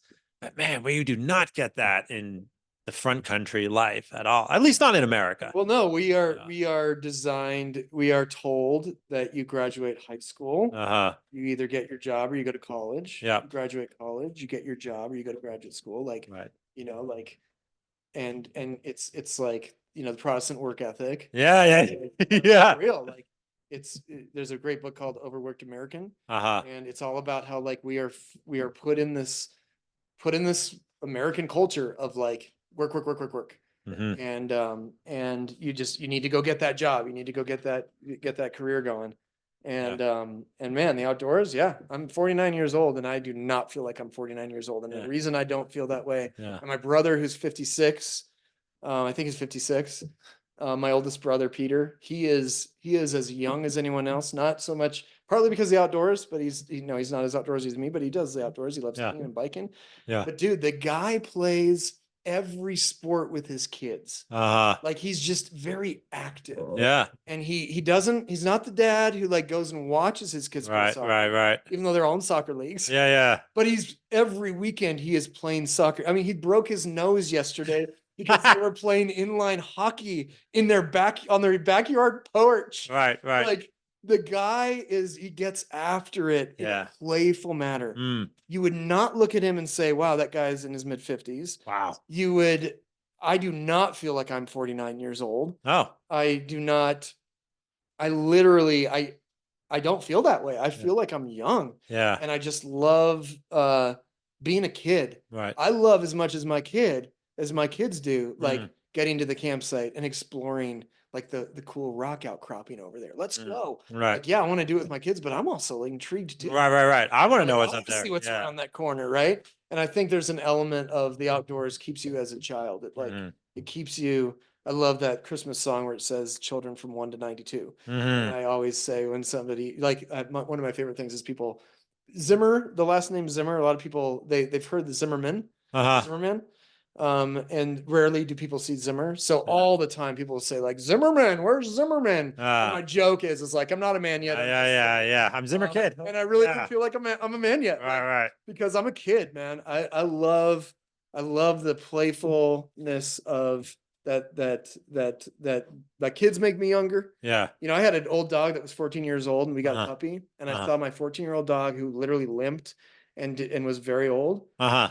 All of a sudden like get young again, Wow. playful, live to be 17 years old. We're talking about Uh-huh. husky here. Yeah. Huskies don't rarely live past 14 years old. Right. And there's a playfulness that my children have given me, but Uh-huh. there's also a playfulness that the outdoors gives me. Right. Like I'm Okay. going to go do a new river I've never done before. It's called the San Juan. I got a permit. It's really hard to get. Uh-huh. We're going to do it 2 weeks from now. Yeah.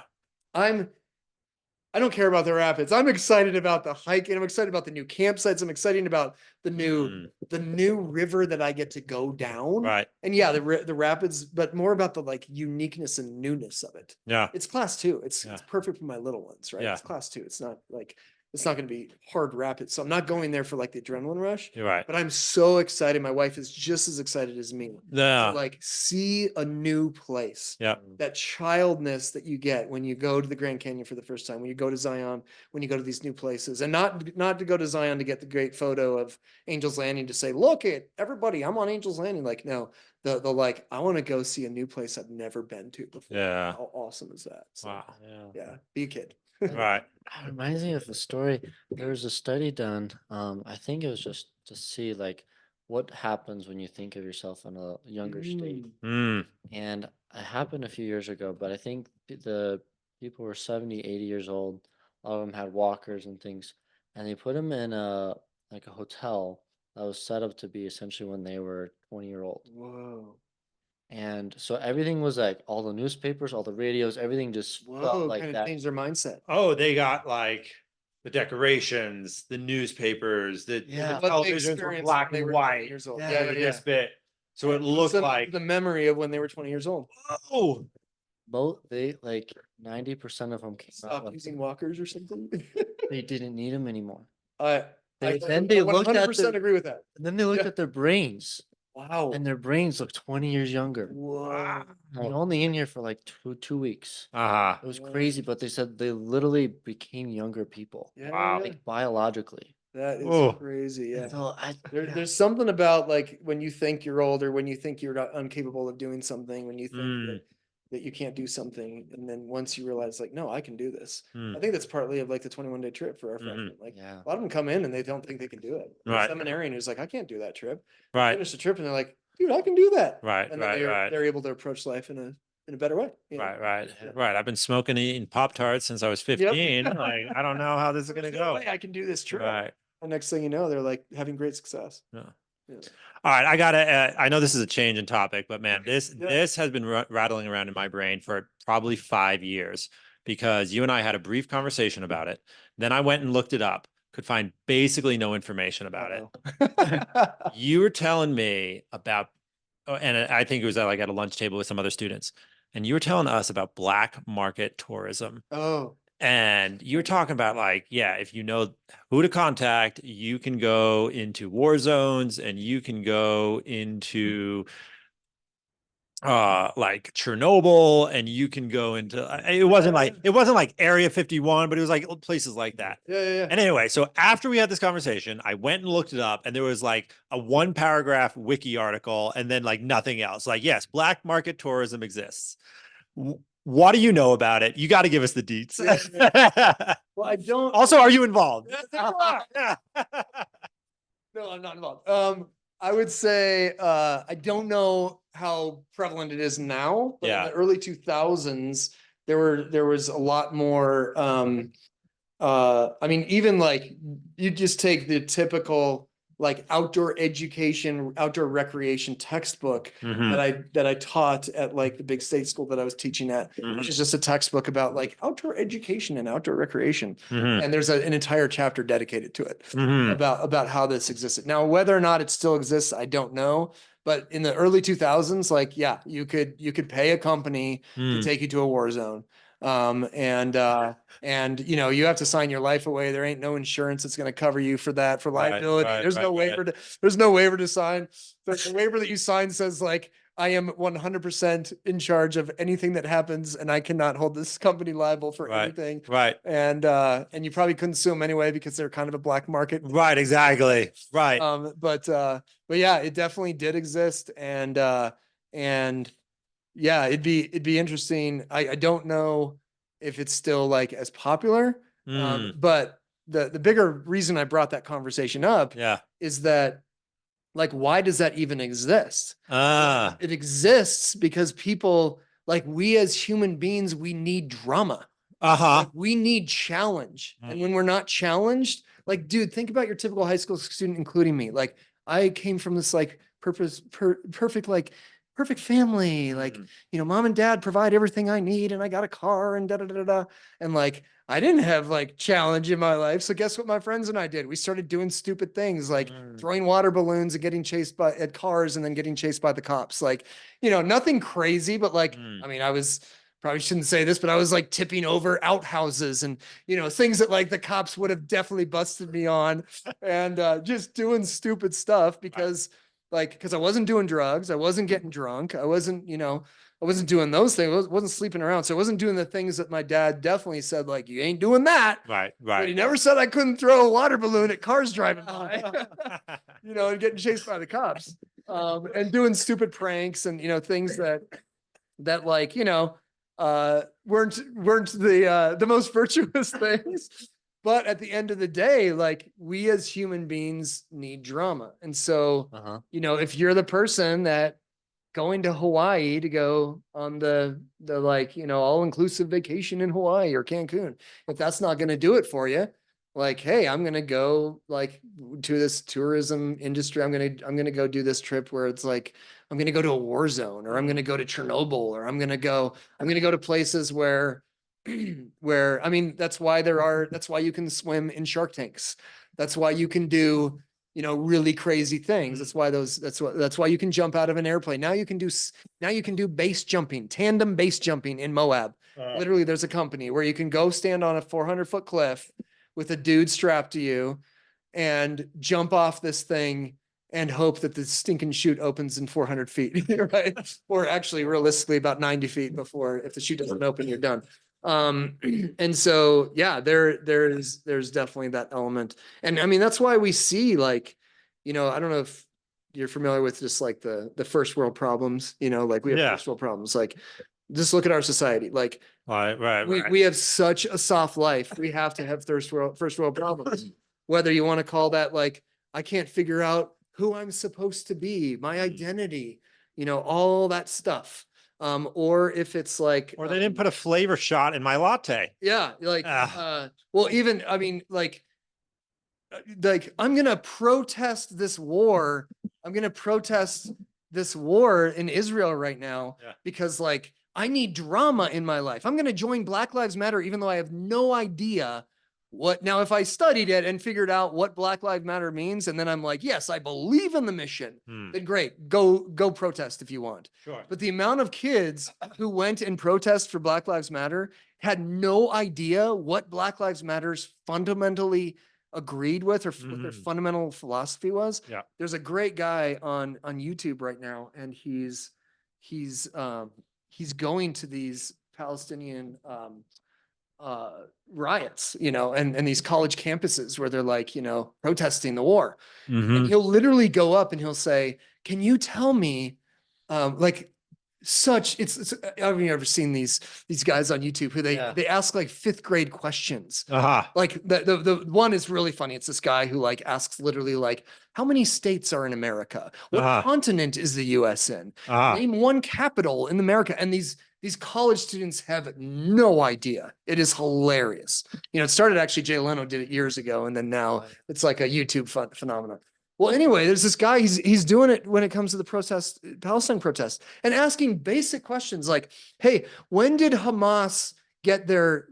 How long has Hamas, or how long have the Palestinians been in this area that they're fighting for? Right. Like, oh, for thousands of years. Like, no, actually under 20 years. Like, Israel gave them the property. Or they'll say like, what is Palestine's, like, or what is Hamas's like number one, like, what's their number one goal that's on their, like, their statement, Their charter, their charter. And they'll say like, to allow Palestinians to live on this land. Like, no, it's actually to kill all Jews. Like, and they're like, really? That's what I'm protesting against? Well, why are they there? They're there because they want drama. They want something in their life that matters. That matters. Yeah. Yeah. So partly drama, but also they want to be able to say, I'm doing something important with my life. If you're doing a degree in some field of study that means nothing, and you're just going to graduate and, you're getting a degree in gender studies or something, and like, you're like, so what are you going to do? I need to feel important. I'm going to go join this protest because everybody on my dorm floor said, come join the protest, even though I have no idea. Now, if you actually look into it and you believe, then great, go do your protest. Just like, I'm going to support people who are going to be out there like 40 days for life, Like, Yep. yes, like if you believe that being pro-life is important, then go put a picket sign up and Yep. share that. And if you believe that legitimately Hamas is good, you better know what you're arguing for. The problem is a lot of people just argue for something because they need to feel important. They need to Right. feel as part of something, or they need to find a tribe or whatever it may be. Mm. So anyway, back to the whole, like, why is there this industry that takes people to like really dangerous places? Why is there an industry where you can go swim with the crocodiles, right? Uh-huh. Because they want to feel like they've done something challenging. Right. They want to You feel like didn't have they're on to the do that edge. in the 1700s or the 1800s or even the 1900s. Like living life was hard. Mm. Like even my dad's generation in like he grew up, he was born in 38. Mm-hmm. And like, you know, brothers went to war.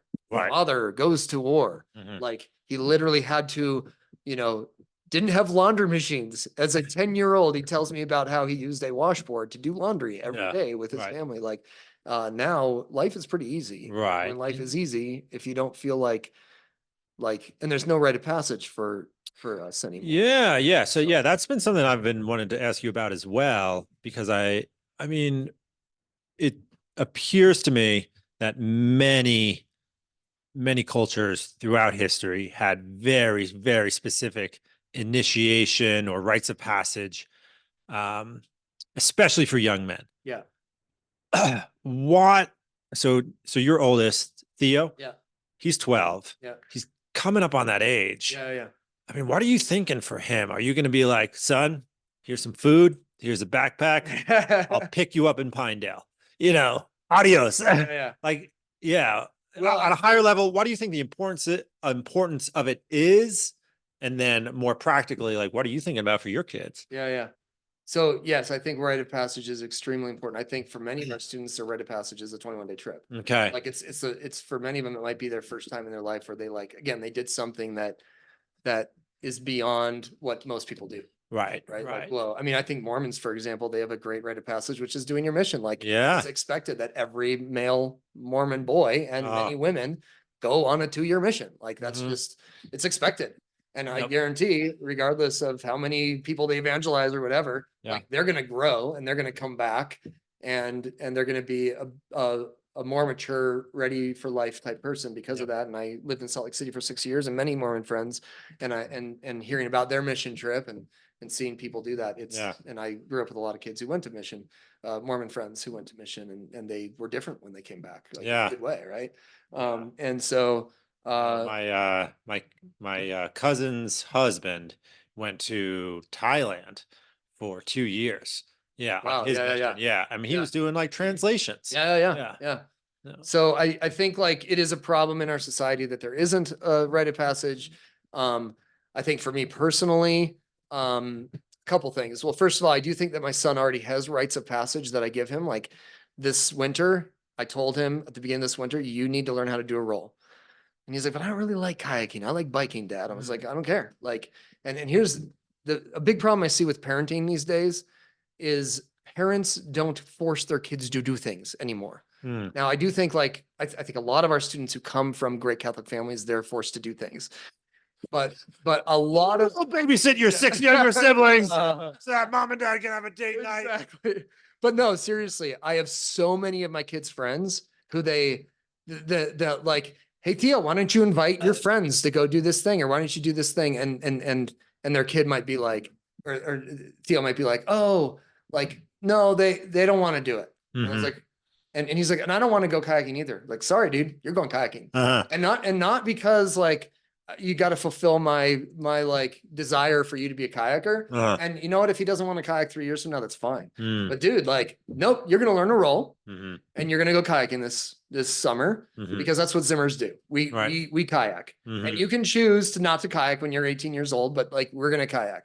And just like with mountain biking, you didn't like it at the beginning, and just like skiing, nobody likes it when they first start doing it because it's cold and it's tiring. And there's hot chocolate in the lodge. Why aren't we getting the hot chocolate? Right. And it's a failure train, right? You fall down. Why am I doing this? Is dumb. Like even my kid learning to play piano. Like this is dumb. I can't do it. This is stupid. Why am I doing this? But you give rewards and you give incentives. And my big thing is like gummy bears. So, when you go skiing, getting on the chairlift is a gummy bear. Mm, Going in the lodge is not hot chocolate. It's just sitting there. I yeah. want to go up the lift again and get a gummy bear. And my 2-year-old and my 5-year-old and my 7-year-old, they all want to go up the chairlift. Now, eventually I don't have to do it with the 5-year-old and the 7-year-old because they just love skiing. For Right. the first 2 years or the first year, like you need to do that. So, Yeah. so my son has rites of passage, meaning this winter I said, you need to learn to do a roll. Yeah. He learned to roll. He got a really good roll. And in 2 weeks, we're going to do a big kayaking trip Yeah. where I'm taking him to North Carolina Right. and he gets to fly on a plane with mom and dad. Uh-huh. And the girls are being babysat by Aunt Ann. Mm-hmm. And he's going to be with mom and dad and have this kind of what I would call not the rite of passage, but Yeah. an experience. Yeah. Where he gets to go kayaking with mom and dad Right. in North Carolina. Yeah. A place that, is we've never been to before. Yeah. And he gets to go do a mom and dad trip. And I Mhm. want to do that with all my kids, and be able to have these opportunities. At some point in the next year or two, he's going to climb the Grand Teton with me. That's going to Mhm. be a rite of passage. Like I'm going to do these things that are challenging. Whether he ever wants to go mountaineering again, I don't care. But I'm Yeah. going to take him up something big, and I'm going to get him to do something big so that he can be like, "Yep, I can do that thing. I did that thing. I climbed that gigantic peak." Yeah. That is most people would look at it and say, "I wouldn't even like slightly hike the first, 200 feet of that trail." Yeah. Right? So he's going to, and my daughters will get the same thing. They're going to have those rites of passage. Mhm. Then that's a physical way. The mental way, like we're going to read this book or we're going to do this. There's other ways that we do that Mhm. around the house, Mhm. but physically a rite of passage, and most rites of passage, when you think about like the rite of passage of like you said, like here's some food and throwing you into the winds, right? Like we think about rites of passage that they're like on a physical level, especially for boys, but I'm going to do the same thing for girls. I Mhm. will say there's a great podcast that I listened to. I don't remember the name of it, but it's this guy who he kind of specializes in like the rite of passage for boys and girls. Oh, okay. And I could find it for you later, but Yeah. but but I listened to it and it was like, a 3-hour, like, let me tell you all about how to do a rite of passage. And so my brother did it with 2 of his boys. And I got to kind of see it. One of his boys that he did it with is a godson of mine. Yep. And so I got to kind of see that. And now I'm going to do that with my son. Right. And it's actually a step-by-step process. It's not like, sometimes we think of rite of passage as like a 1-week event. Yep. Like, boom, it's done, check the box. Yeah. But this guy, he describes the rite of passage as like, as when your kid's 14, you're going to do this. Yeah. And then when he's 15, you're going to do this. When he's 16, you're going to do this. And it's a build up. And then there is like an event at the end, which is like a bigger deal. Yep. But it's basically giving your son, and then of course he has a different model for daughters. Yep. And without going into the details, basically it just, there's elements of allowing your son to know that he and your daughter, that he or she is growing up. Mhm. They are going to leave the nest. Yep. They are becoming independent. Yep. And I think a lot of that too is like actually letting them see the independence instead of them feeling like they need to prove it. And that's where you get the rebellious kid. Right. That's the kid. And I'm not going to say that I'm going to be a perfect dad. Like I might have the kid who rebels and hates me because I force him to go outside or do whatever. I hope that doesn't happen. Right, right. Hey, it might happen. Yeah. but, Francie becomes a competitive video gamer. You know what I mean? Right. yeah, totally. I hope that doesn't happen.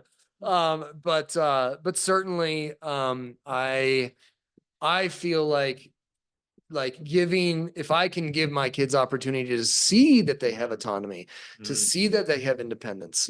My son is going to youth group now. Right. And he's one of the youngest kids there. Yeah. But Sean Wood, who's now running youth group here Yeah. in Lander, like he's like, yeah, Theo can come. So he and Maury are the 2 kids who are really, really small. They're 12 years old. They're going Right. to youth group because Yeah. they got confirmed, and Yep. now they can come to youth group. Mhm. And so today tonight was youth group, and he was like, "Hey Dad, I want to go to youth group." I was like, "Cool, you're gonna have to bike because I've got this I'm busy. rescue meeting and I've got Yeah. this podcast, Mm. and mom has to watch the kids. And yeah, you can go to youth group if you can bike there. Right. But then when you get there, you need to find a ride home." I was Ah. like, "All right, I'll do that." Uh-huh. And so now, like that, as a 12-year-old, he has the autonomy. Uh-huh. That not only did I say instead of me saying you have to do it, I kind of said you get to do it if you are a big enough boy Right. to ride your bike across Lander. Yeah. And be careful when you cross Main Street and all those things. Yeah. But I think like elements of that I think that's a big part of like Theo right now is growing up in what I hope is like, I'm giving him little tastes of autonomy. Yeah. So instead of him being like, I hate my dad and I'm going to get my own autonomy, which a lot of kids do, Sure. it's more of like, whoa, like, and it's not like me forcing it. You have to go to youth group and you have to ride your bike. Right. Like I want him to go to youth group. Right. Right. I want him to ride his bike. Right. But when he's the one asking for it, oh, that's precious. Right. Right. Right. And I can be like, all right, I Right. trust you. Right. And you can go do that. Yeah. And you know, and so he got to go to youth group tonight Uh-huh. on his own. And I didn't have to drive him, you know. Yeah. Right. And Right. so- and Right. he's doing that on his own, which is Right. cool. He And he- asked for it. And it sounds like he feels as if his parents are providing a structure in which there is moments when he can stretch his wing or spread his Yeah, wings a bit. Yeah. Right. Yeah, I could talk 3 hours about parenting styles and Uh-huh. the idea of, you know, a PhD in outdoor education basically is a PhD in education and Uh-huh. psychology. I Yeah. spent a lot of time in those two departments because we just steal everything from what already existed. We just do it in the outdoors. Right. Looking at Human beings in different Yeah. situations in the outdoors. Yeah. So it's not like we needed to reinvent the wheel. We just needed to take the wheel Right. that already existed. and put it in Right. an outdoor Right. context. Right. Right. So yeah. You thought about the 4 temperaments, yeah. but in the woods. But yeah, parenting styles and not being overly bearing, giving structure. I mean, I worked in wilderness therapy for in residential treatment center for 4 years with horrible kids that Yeah. came in, and I'm like, you will never be fixed. And then like, you give the kid structure, you give the kid opportunities for autonomy, Mm, you give the kid opportunities to find that they can do good things. right. They can be successful at things. They can do well in school. Yeah. Maybe the school before didn't know that the kid had a learning disability. So the kid just felt like crap. Yeah. Like, I can't keep up with my friends. This is stupid. I hate Mm. school.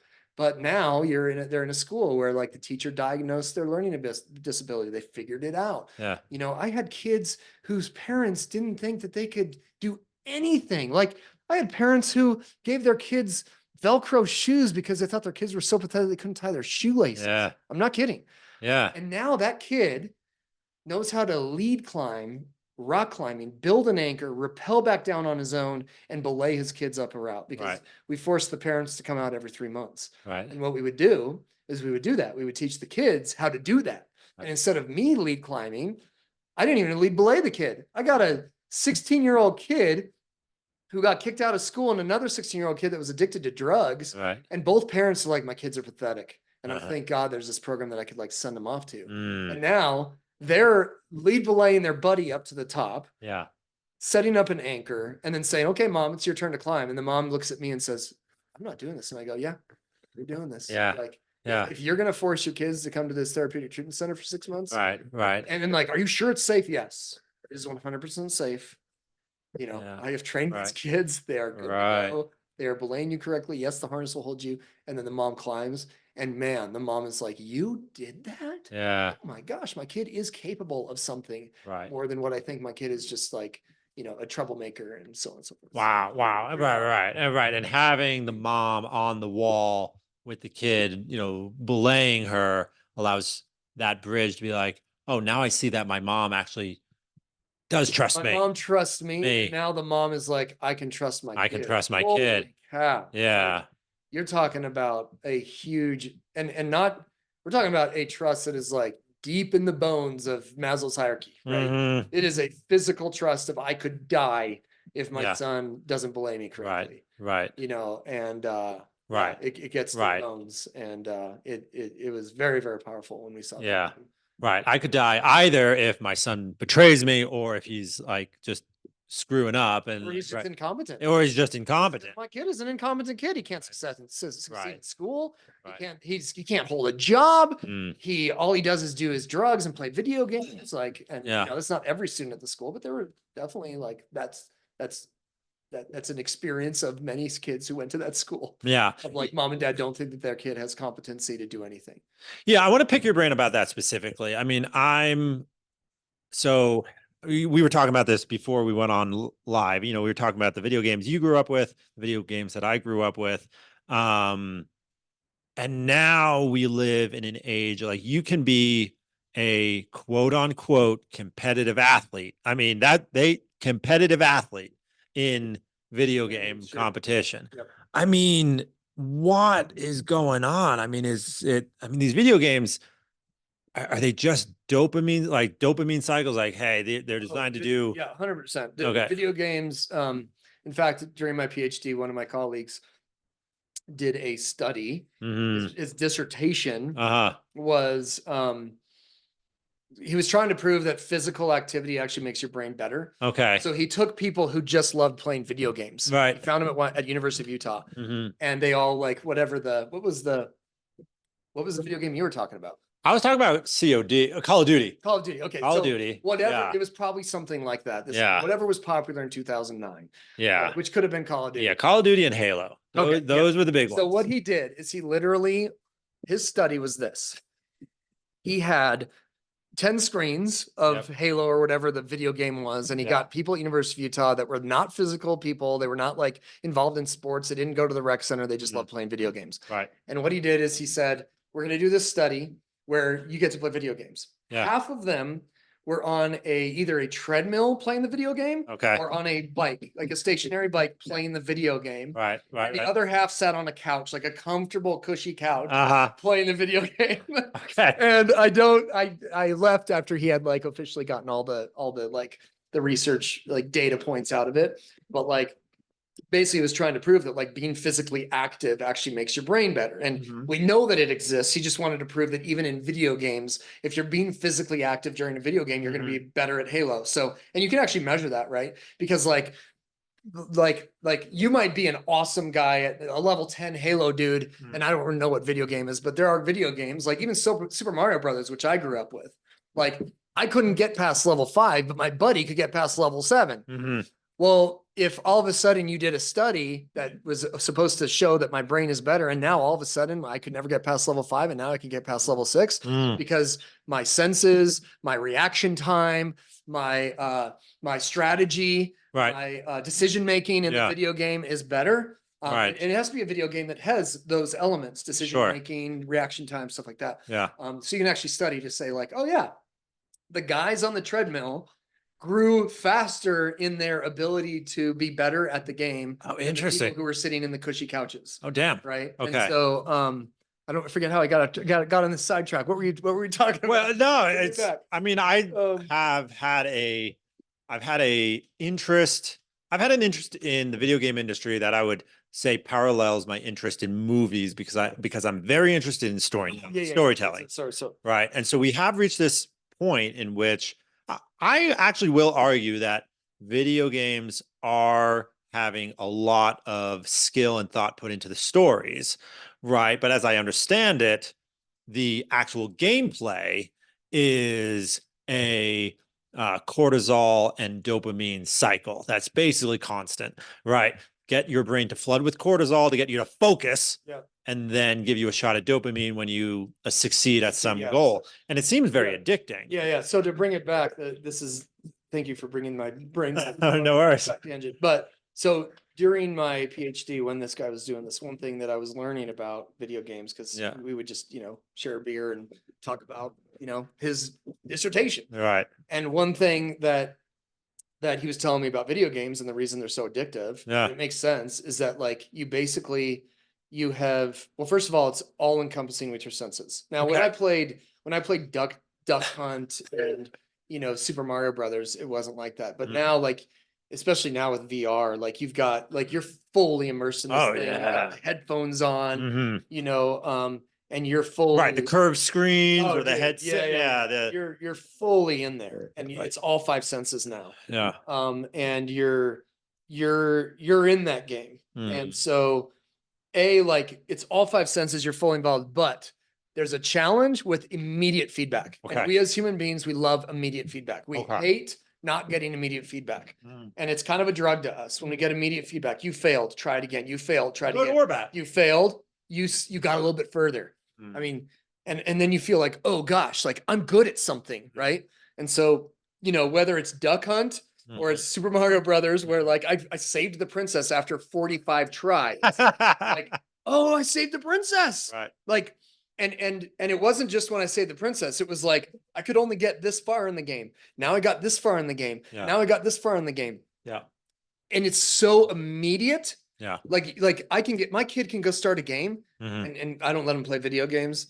I just Zimmers don't play video games. Like they do some things like Minecraft Sure. and things like that. But like I'm like, nope, we're not gonna have video games in my house. Yeah. Like I said earlier, we watch movies, but we don't have video games. Right. And sometimes he'll go to a friend's house and I'm like, did you play video games? Like, yeah. I'm like, no, dude, like you can't do that, right? They're so, I mean, They're that's so so addictive. addicting. That's I mean, the he has thing. friends who like they play a lot of video games, a Right. lot of video games. They're very good. And yeah, they're good. Yeah. They get good. But that's the thing. Like, I mean, here's the thing. My son's trying to play piano right now. Uh-huh. I'm sorry, guitar. Okay. It's really hard. Like I'm Yeah. showing him the like C chord. Uh-huh. His fingers barely have the dexterity or the strength to Yeah. do that. Yeah. And he's having a real hard time like figuring out the strum. Like dude, you throw on Super Mario Brothers and my son today will be able to like round 1, only get this far. Round 2, get this far. And in a matter of 30 minutes, he's going to see in his brain Yeah. that he is progressing and Right. he's getting Yeah. better at this activity. Mm-hmm. And that is telling his brain, you're getting good at something. Okay. Think about a 7-year-old who's learning how to read. Like, Uh-huh. my daughter's learning how to read right now. Right. It's going to take her a long time to go from like, level 2 books, if you're familiar Yeah. with like kid Sure. books, level 2 Sure. books, Sure. where like all the words are under 5 letters long. Yeah. And I'm like, ooh, now you're going to level 3 books. With Right. words that are like 7 letters Right. long. 6 right? months later. So Yeah. It takes a long time. Yeah. So she's not getting like immediate feedback in 15 minutes that Right. she is progressing at something. Mm-hmm. Video games are designed to do that, to make you be like, I mean, Donkey Kong, or what's the, like, we went to this VRBO and they had this old Atari. It was awesome. Oh, It nice. had the old ones. Right. It's the Right. one where the guy has to climb the ladders and there's a big monkey at the top that is rolling down barrels. That sounds like Remember that sounds like Maybe it's Donkey Kong. Yeah. All right. People that are listening to this going like, of course that's Donkey Kong. Right. We Or need. like Yeah. Frogger, like, literally my son Yeah. plays Donkey Kong. Yeah. Can't get past the 2nd level. Yeah. I show him like, I get past like it right away. I get to Right. the 2nd level because I grew up doing this. Yeah. And he's like, Dad, you're so good at this. Yeah. And we don't allow video games, but it's an Atari thing. It's an The kid's Atari. You're excited. on vacation. I'm on vacation. We just skied all day. The kid had plenty of physical activity. Like Yeah. I'd rather him do that than play than watch a movie with his friends, because at least it's interactive. Yeah. So the kids are like back and forth and they get to play each other, like who Mhm. can get highest on the level. So I'm letting him play a little bit of video games. Mm. Well, in the matter of being there for 2 days, Mm-hmm. just a weekend, Mm-hmm. he went from like not getting past the 1st level to getting to the 3rd stage. Right. His brain over the course of 2 days Right. got to see like, I'm good at this. Yeah. Yeah. Yeah. I figured out when to jump over the barrel, when to not Right. climb the ladder, when to not, these video games, even back in the day with Atari, like they had so much design of getting people to be challenged, but Right. to have success. Yeah. Yeah. To Yeah. learn the basic thing that Yeah. the 3rd barrel always comes down the 2nd ladder. Yeah. Yeah. Yeah. Right. And you start learning strategy and then you get better at it. And then your brain goes, this is awesome. And you get that dopamine and you get that success. And you, at the end of the day, you're like, I'm good at something. Uh-huh. Now imagine the kid who goes to school, isn't keeping up with English, isn't keeping up with math, Right. feels crappy about himself, goes to soccer practice and is the worst kid and is sitting on the bench all the time. Yeah. They can go home and they can have success. In They a can have video those game. reassuring. 100%. reassurance They feel good about cycles. themselves. They're Yeah. psyched on it. They know that they're successful at something, and it's powerful, Uh-huh. but I don't think it's a good powerful. It's a scary powerful. Yeah. Because I want my kid to, what the problem with video games and a lot of this stuff is it's instant gratification, and that's not how life is. Yeah. If I think I'm going to meet someone and say, will you marry me tomorrow? Like that happens rarely. It does happen once in a while, Yeah. but it's rarely that. You have to work hard. You have to work hard at finding a good job. You have to work hard when you're in school. You have to work hard at courting a woman. Right. Life is not about instant gratification. Video games teach you instant gratification. Right. And I don't want my son to have that. Right. Like climbing a 14er or climbing a mountain, you know how it is. Like it's hard. Learning a Yeah. kayak roll is hard. Getting Yeah. it to where you actually have a consistent roll in the river, it's hard. I Yeah. want my son and my daughters to do things that take a long time. Skiing is hard Yeah. to stop falling Yeah. and to stop being cold and to learn how to properly Mm. layer to stay warm. It takes a while. That's what humans need. And America, like our third world Right. problems, like our third world cushions, Yeah. like it's easy. I can do laundry by walking up to a machine, dropping some crap in it, throwing some suds and press a button. It's instant Yeah. gratification, microwave, Yeah. like all the things that we have. Right. And the smartphone is like, wow, I wonder when I was a kid, I wonder how many miles it is to get around the earth. Yeah. Like literally right now I could ask Siri and I would have that answer. Yeah. Like Right. I used to have to go up and get the World Almanac Right. off my dad's. Right. And then they're like, all right. Yeah. Equator, how many Yeah. miles is it? You know, we live in an instant gratification world, and I think it does nothing good for our children. Right. Yeah. I mean, that's been my experience with jiu-jitsu. I mean, I think it hits a lot of the same things that you're describing because, man, I mean, the first 6 months, you just suck. Right. I mean, forgive my language, but you are just everybody's bitch. You know, it's just like anyone can just come in and beat you up. A little kid can beat you A up. little kid can beat you up. Yeah. No, I remember vaguely the time this little 9-year-old kid rear naked choked me. And I say vaguely because like he choked me out. Like I was like, Whoa. I was losing blood to my brain. And, he had this little piano wire of an arm, just snuck it in there. Yeah. Waking up on the mat being like, where am I? But yeah, I mean, like basically 6 months, only failure. I mean, you have to have the fortitude to say like, that's okay. And I'm not happy with I'm failing all the time, but I'm okay with knowing that I enjoy this activity on some level and I'm probably getting better. But man, yeah, for 6 months, you have no real data that says you're getting better at this. Right. And honestly, that continues for the entire time you do it. I mean, I was just going with on Saturday, we had a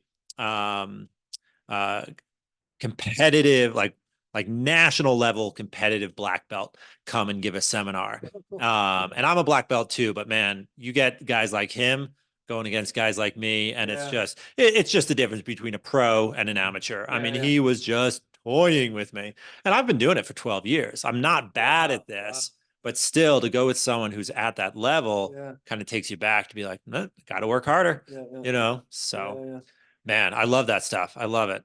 But damn, we are out of time. Yeah. Dr.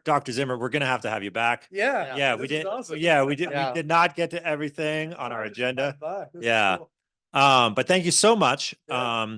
Where can people get more Dr. Zimmer, get more core content? Like where do you direct people if they're really fascinated by some of the things we've been talking about?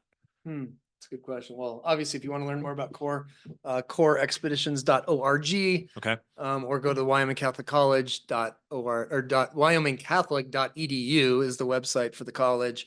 There's some good stuff on the on the internet there. Okay. We have a great 7-minute video about our ministry, Okay. and some other videos. But wow, like this is funny. So I have recently been thinking, because I go to ski areas with my whole family, and people get in the chairlift line, and they are we are the only family that have like 4 kids from like age 12 to age 2. And they're just like, how do you do it? Right. Or I'll be in Moab mountain biking and I've got a kid on my back and a backpack. Yeah. I've got a kid on the front, like it's called the Mac Rider. It's like this little seat. And then I got my 7-year-old on her bike and my 12-year-old on his bike and my wife. And sometimes my wife will have a baby on her bike. And so I don't have one on my back. Right. But people are just like, how do you do this? How do you do this? And so I have been really wanting to share, like, how can I get more people to do this? Because it is accessible. It is possible. You don't have to be an outdoor guru to make this happen. So I've actually been thinking like, of figuring out how can I share, like, even just tips and tricks, and whether it's a YouTube show of just like, like where it wouldn't be like a full-time thing, obviously, but just like, how can I share with people how this is actually doable? Like this is possible. You don't have to be, an outdoor guru to make this happen. But I think, so I don't know what that venue is. I hope maybe I can, my fear is that I'll think of it after my kids are too old and then I can't really like show people how to do it. So I'm like, well, if I'm going to do it, I got a 2-year-old right now and she might be our last. Like, we better figure this out. But no, I think there are some like, the best way to say it is just like my biggest goal would be beyond core. Like Beyond core. I think Okay. core is amazing. I think people can come and experience what we're doing here. If anybody listening like knows people in seminary, we actually have this new program we're going to start next summer called the Jogue Seminary Project. It's a summer project where individual seminaries. So right now, most of our trips, well, all of our seminary trips are like a seminary from Texas Right. who brings their men, or they're Yeah. doing a propedeutic year program. Yep. But next year we're actually it's gonna be an entire summer program because some of these guys, they don't have summer assignments. Or it might be a summer assignment where they're like working in a parish, but like the priest who's in charge of the parish is kind of busy already. So they're not really giving much mentorship. And you're just kind of like the seminarian is like, well, I guess I'm going to be at this parish all summer. Yeah. So we're going to have like, it's a 10-week program where actually an individual seminary from anywhere in the country can come out and live with other seminaries from anywhere else in the country. Okay. And they spend 10 weeks with core, and they get to go to the Catholic Family Ranch that we run. They get to do a 21-day backpacking trip with the other seminarians. They get to spend a week with Christ in the city, serving the poor. And so that seminary project is a big opportunity. So, people listening to the podcast, if they, individually want to come on a core trip, check it out. If they know a youth director, if they know somebody who works in high schools or colleges who might be interested, we offer, trips year round. We've got 18 full-time staff. Like I said, we'll run over 100 trips. So certainly there's the website there. Yeah. But I think another big passion that I have, and I don't say think, I know my big passion is that I want people to get their kids outside. I want them to be able to go camping. I used to be like, I'll never own a camper. I'm the outdoor guru who has to be camping. Dude, I got a camper, and now our kids camp a lot more because I got a camper. Now I got a camper van that has the rooftop on it. Yeah. And we can like not have to hook up the trailer. Right. So I used to be like the like, we're only going to sleep in tents. No way, dude. I got little kids and I got a wife and I that do not need to be like sleeping or setting up the tent. Like, dude, we'll just drive up to where the meadows with our camper and we can camp for a night. Right. And it's so simple and it doesn't take a lot of like time and energy. Right. You can deploy real quick. Yeah. Like, so I would just encourage people to find ways to, and it doesn't have to be a Moab trip to spring break. Like that's what we do. That's pretty extreme for a lot of people. Yeah. It could just be take a weekend, take a night where you go up and maybe if you don't even have camping equipment, just go out and find a trail and don't even feel like you need to get a couple miles under it. The kids don't need that. Kids just go to a tiny little creek that your kid can be knee deep in the water. They're not going to drown. Get them to be enamored by like their imagination. Right. That's a big thing. And get them to be, physical with their body. Yeah. Like the problem is, I mean, you look at like the epidemic of America, like we are the fattest nation in the world. Australia used to beat us and we're beating Australia right now. And we are the most inactive country in the world. And we also have the most diabetes. Right. Like, so why is that happening? Because our kids don't go outside and do stuff. Yeah. And I also would encourage people that parents need to be doing it with them. Don't sign your kid up for summer camp to where you're never with them. You should go do it too. Right. And your kids need to see you doing it. Right. And if you're terrified of the outdoors, don't go on a 21-day backpack. Right. Just go up like to Sinks Canyon. Yeah. And when the creek isn't flooding at flood stage, because you might be nervous about that with your kids around it, go hike the nature trail. Yeah. Do things that get your kids outside, and then you can start building your skills, and then you can start like getting more comfortable. Yeah. Anyway. Yeah. Be patient with yourself. Yeah. I love that. I'll drop all those links in the show notes so people can get them easier. So sweet. Yeah. Perfect.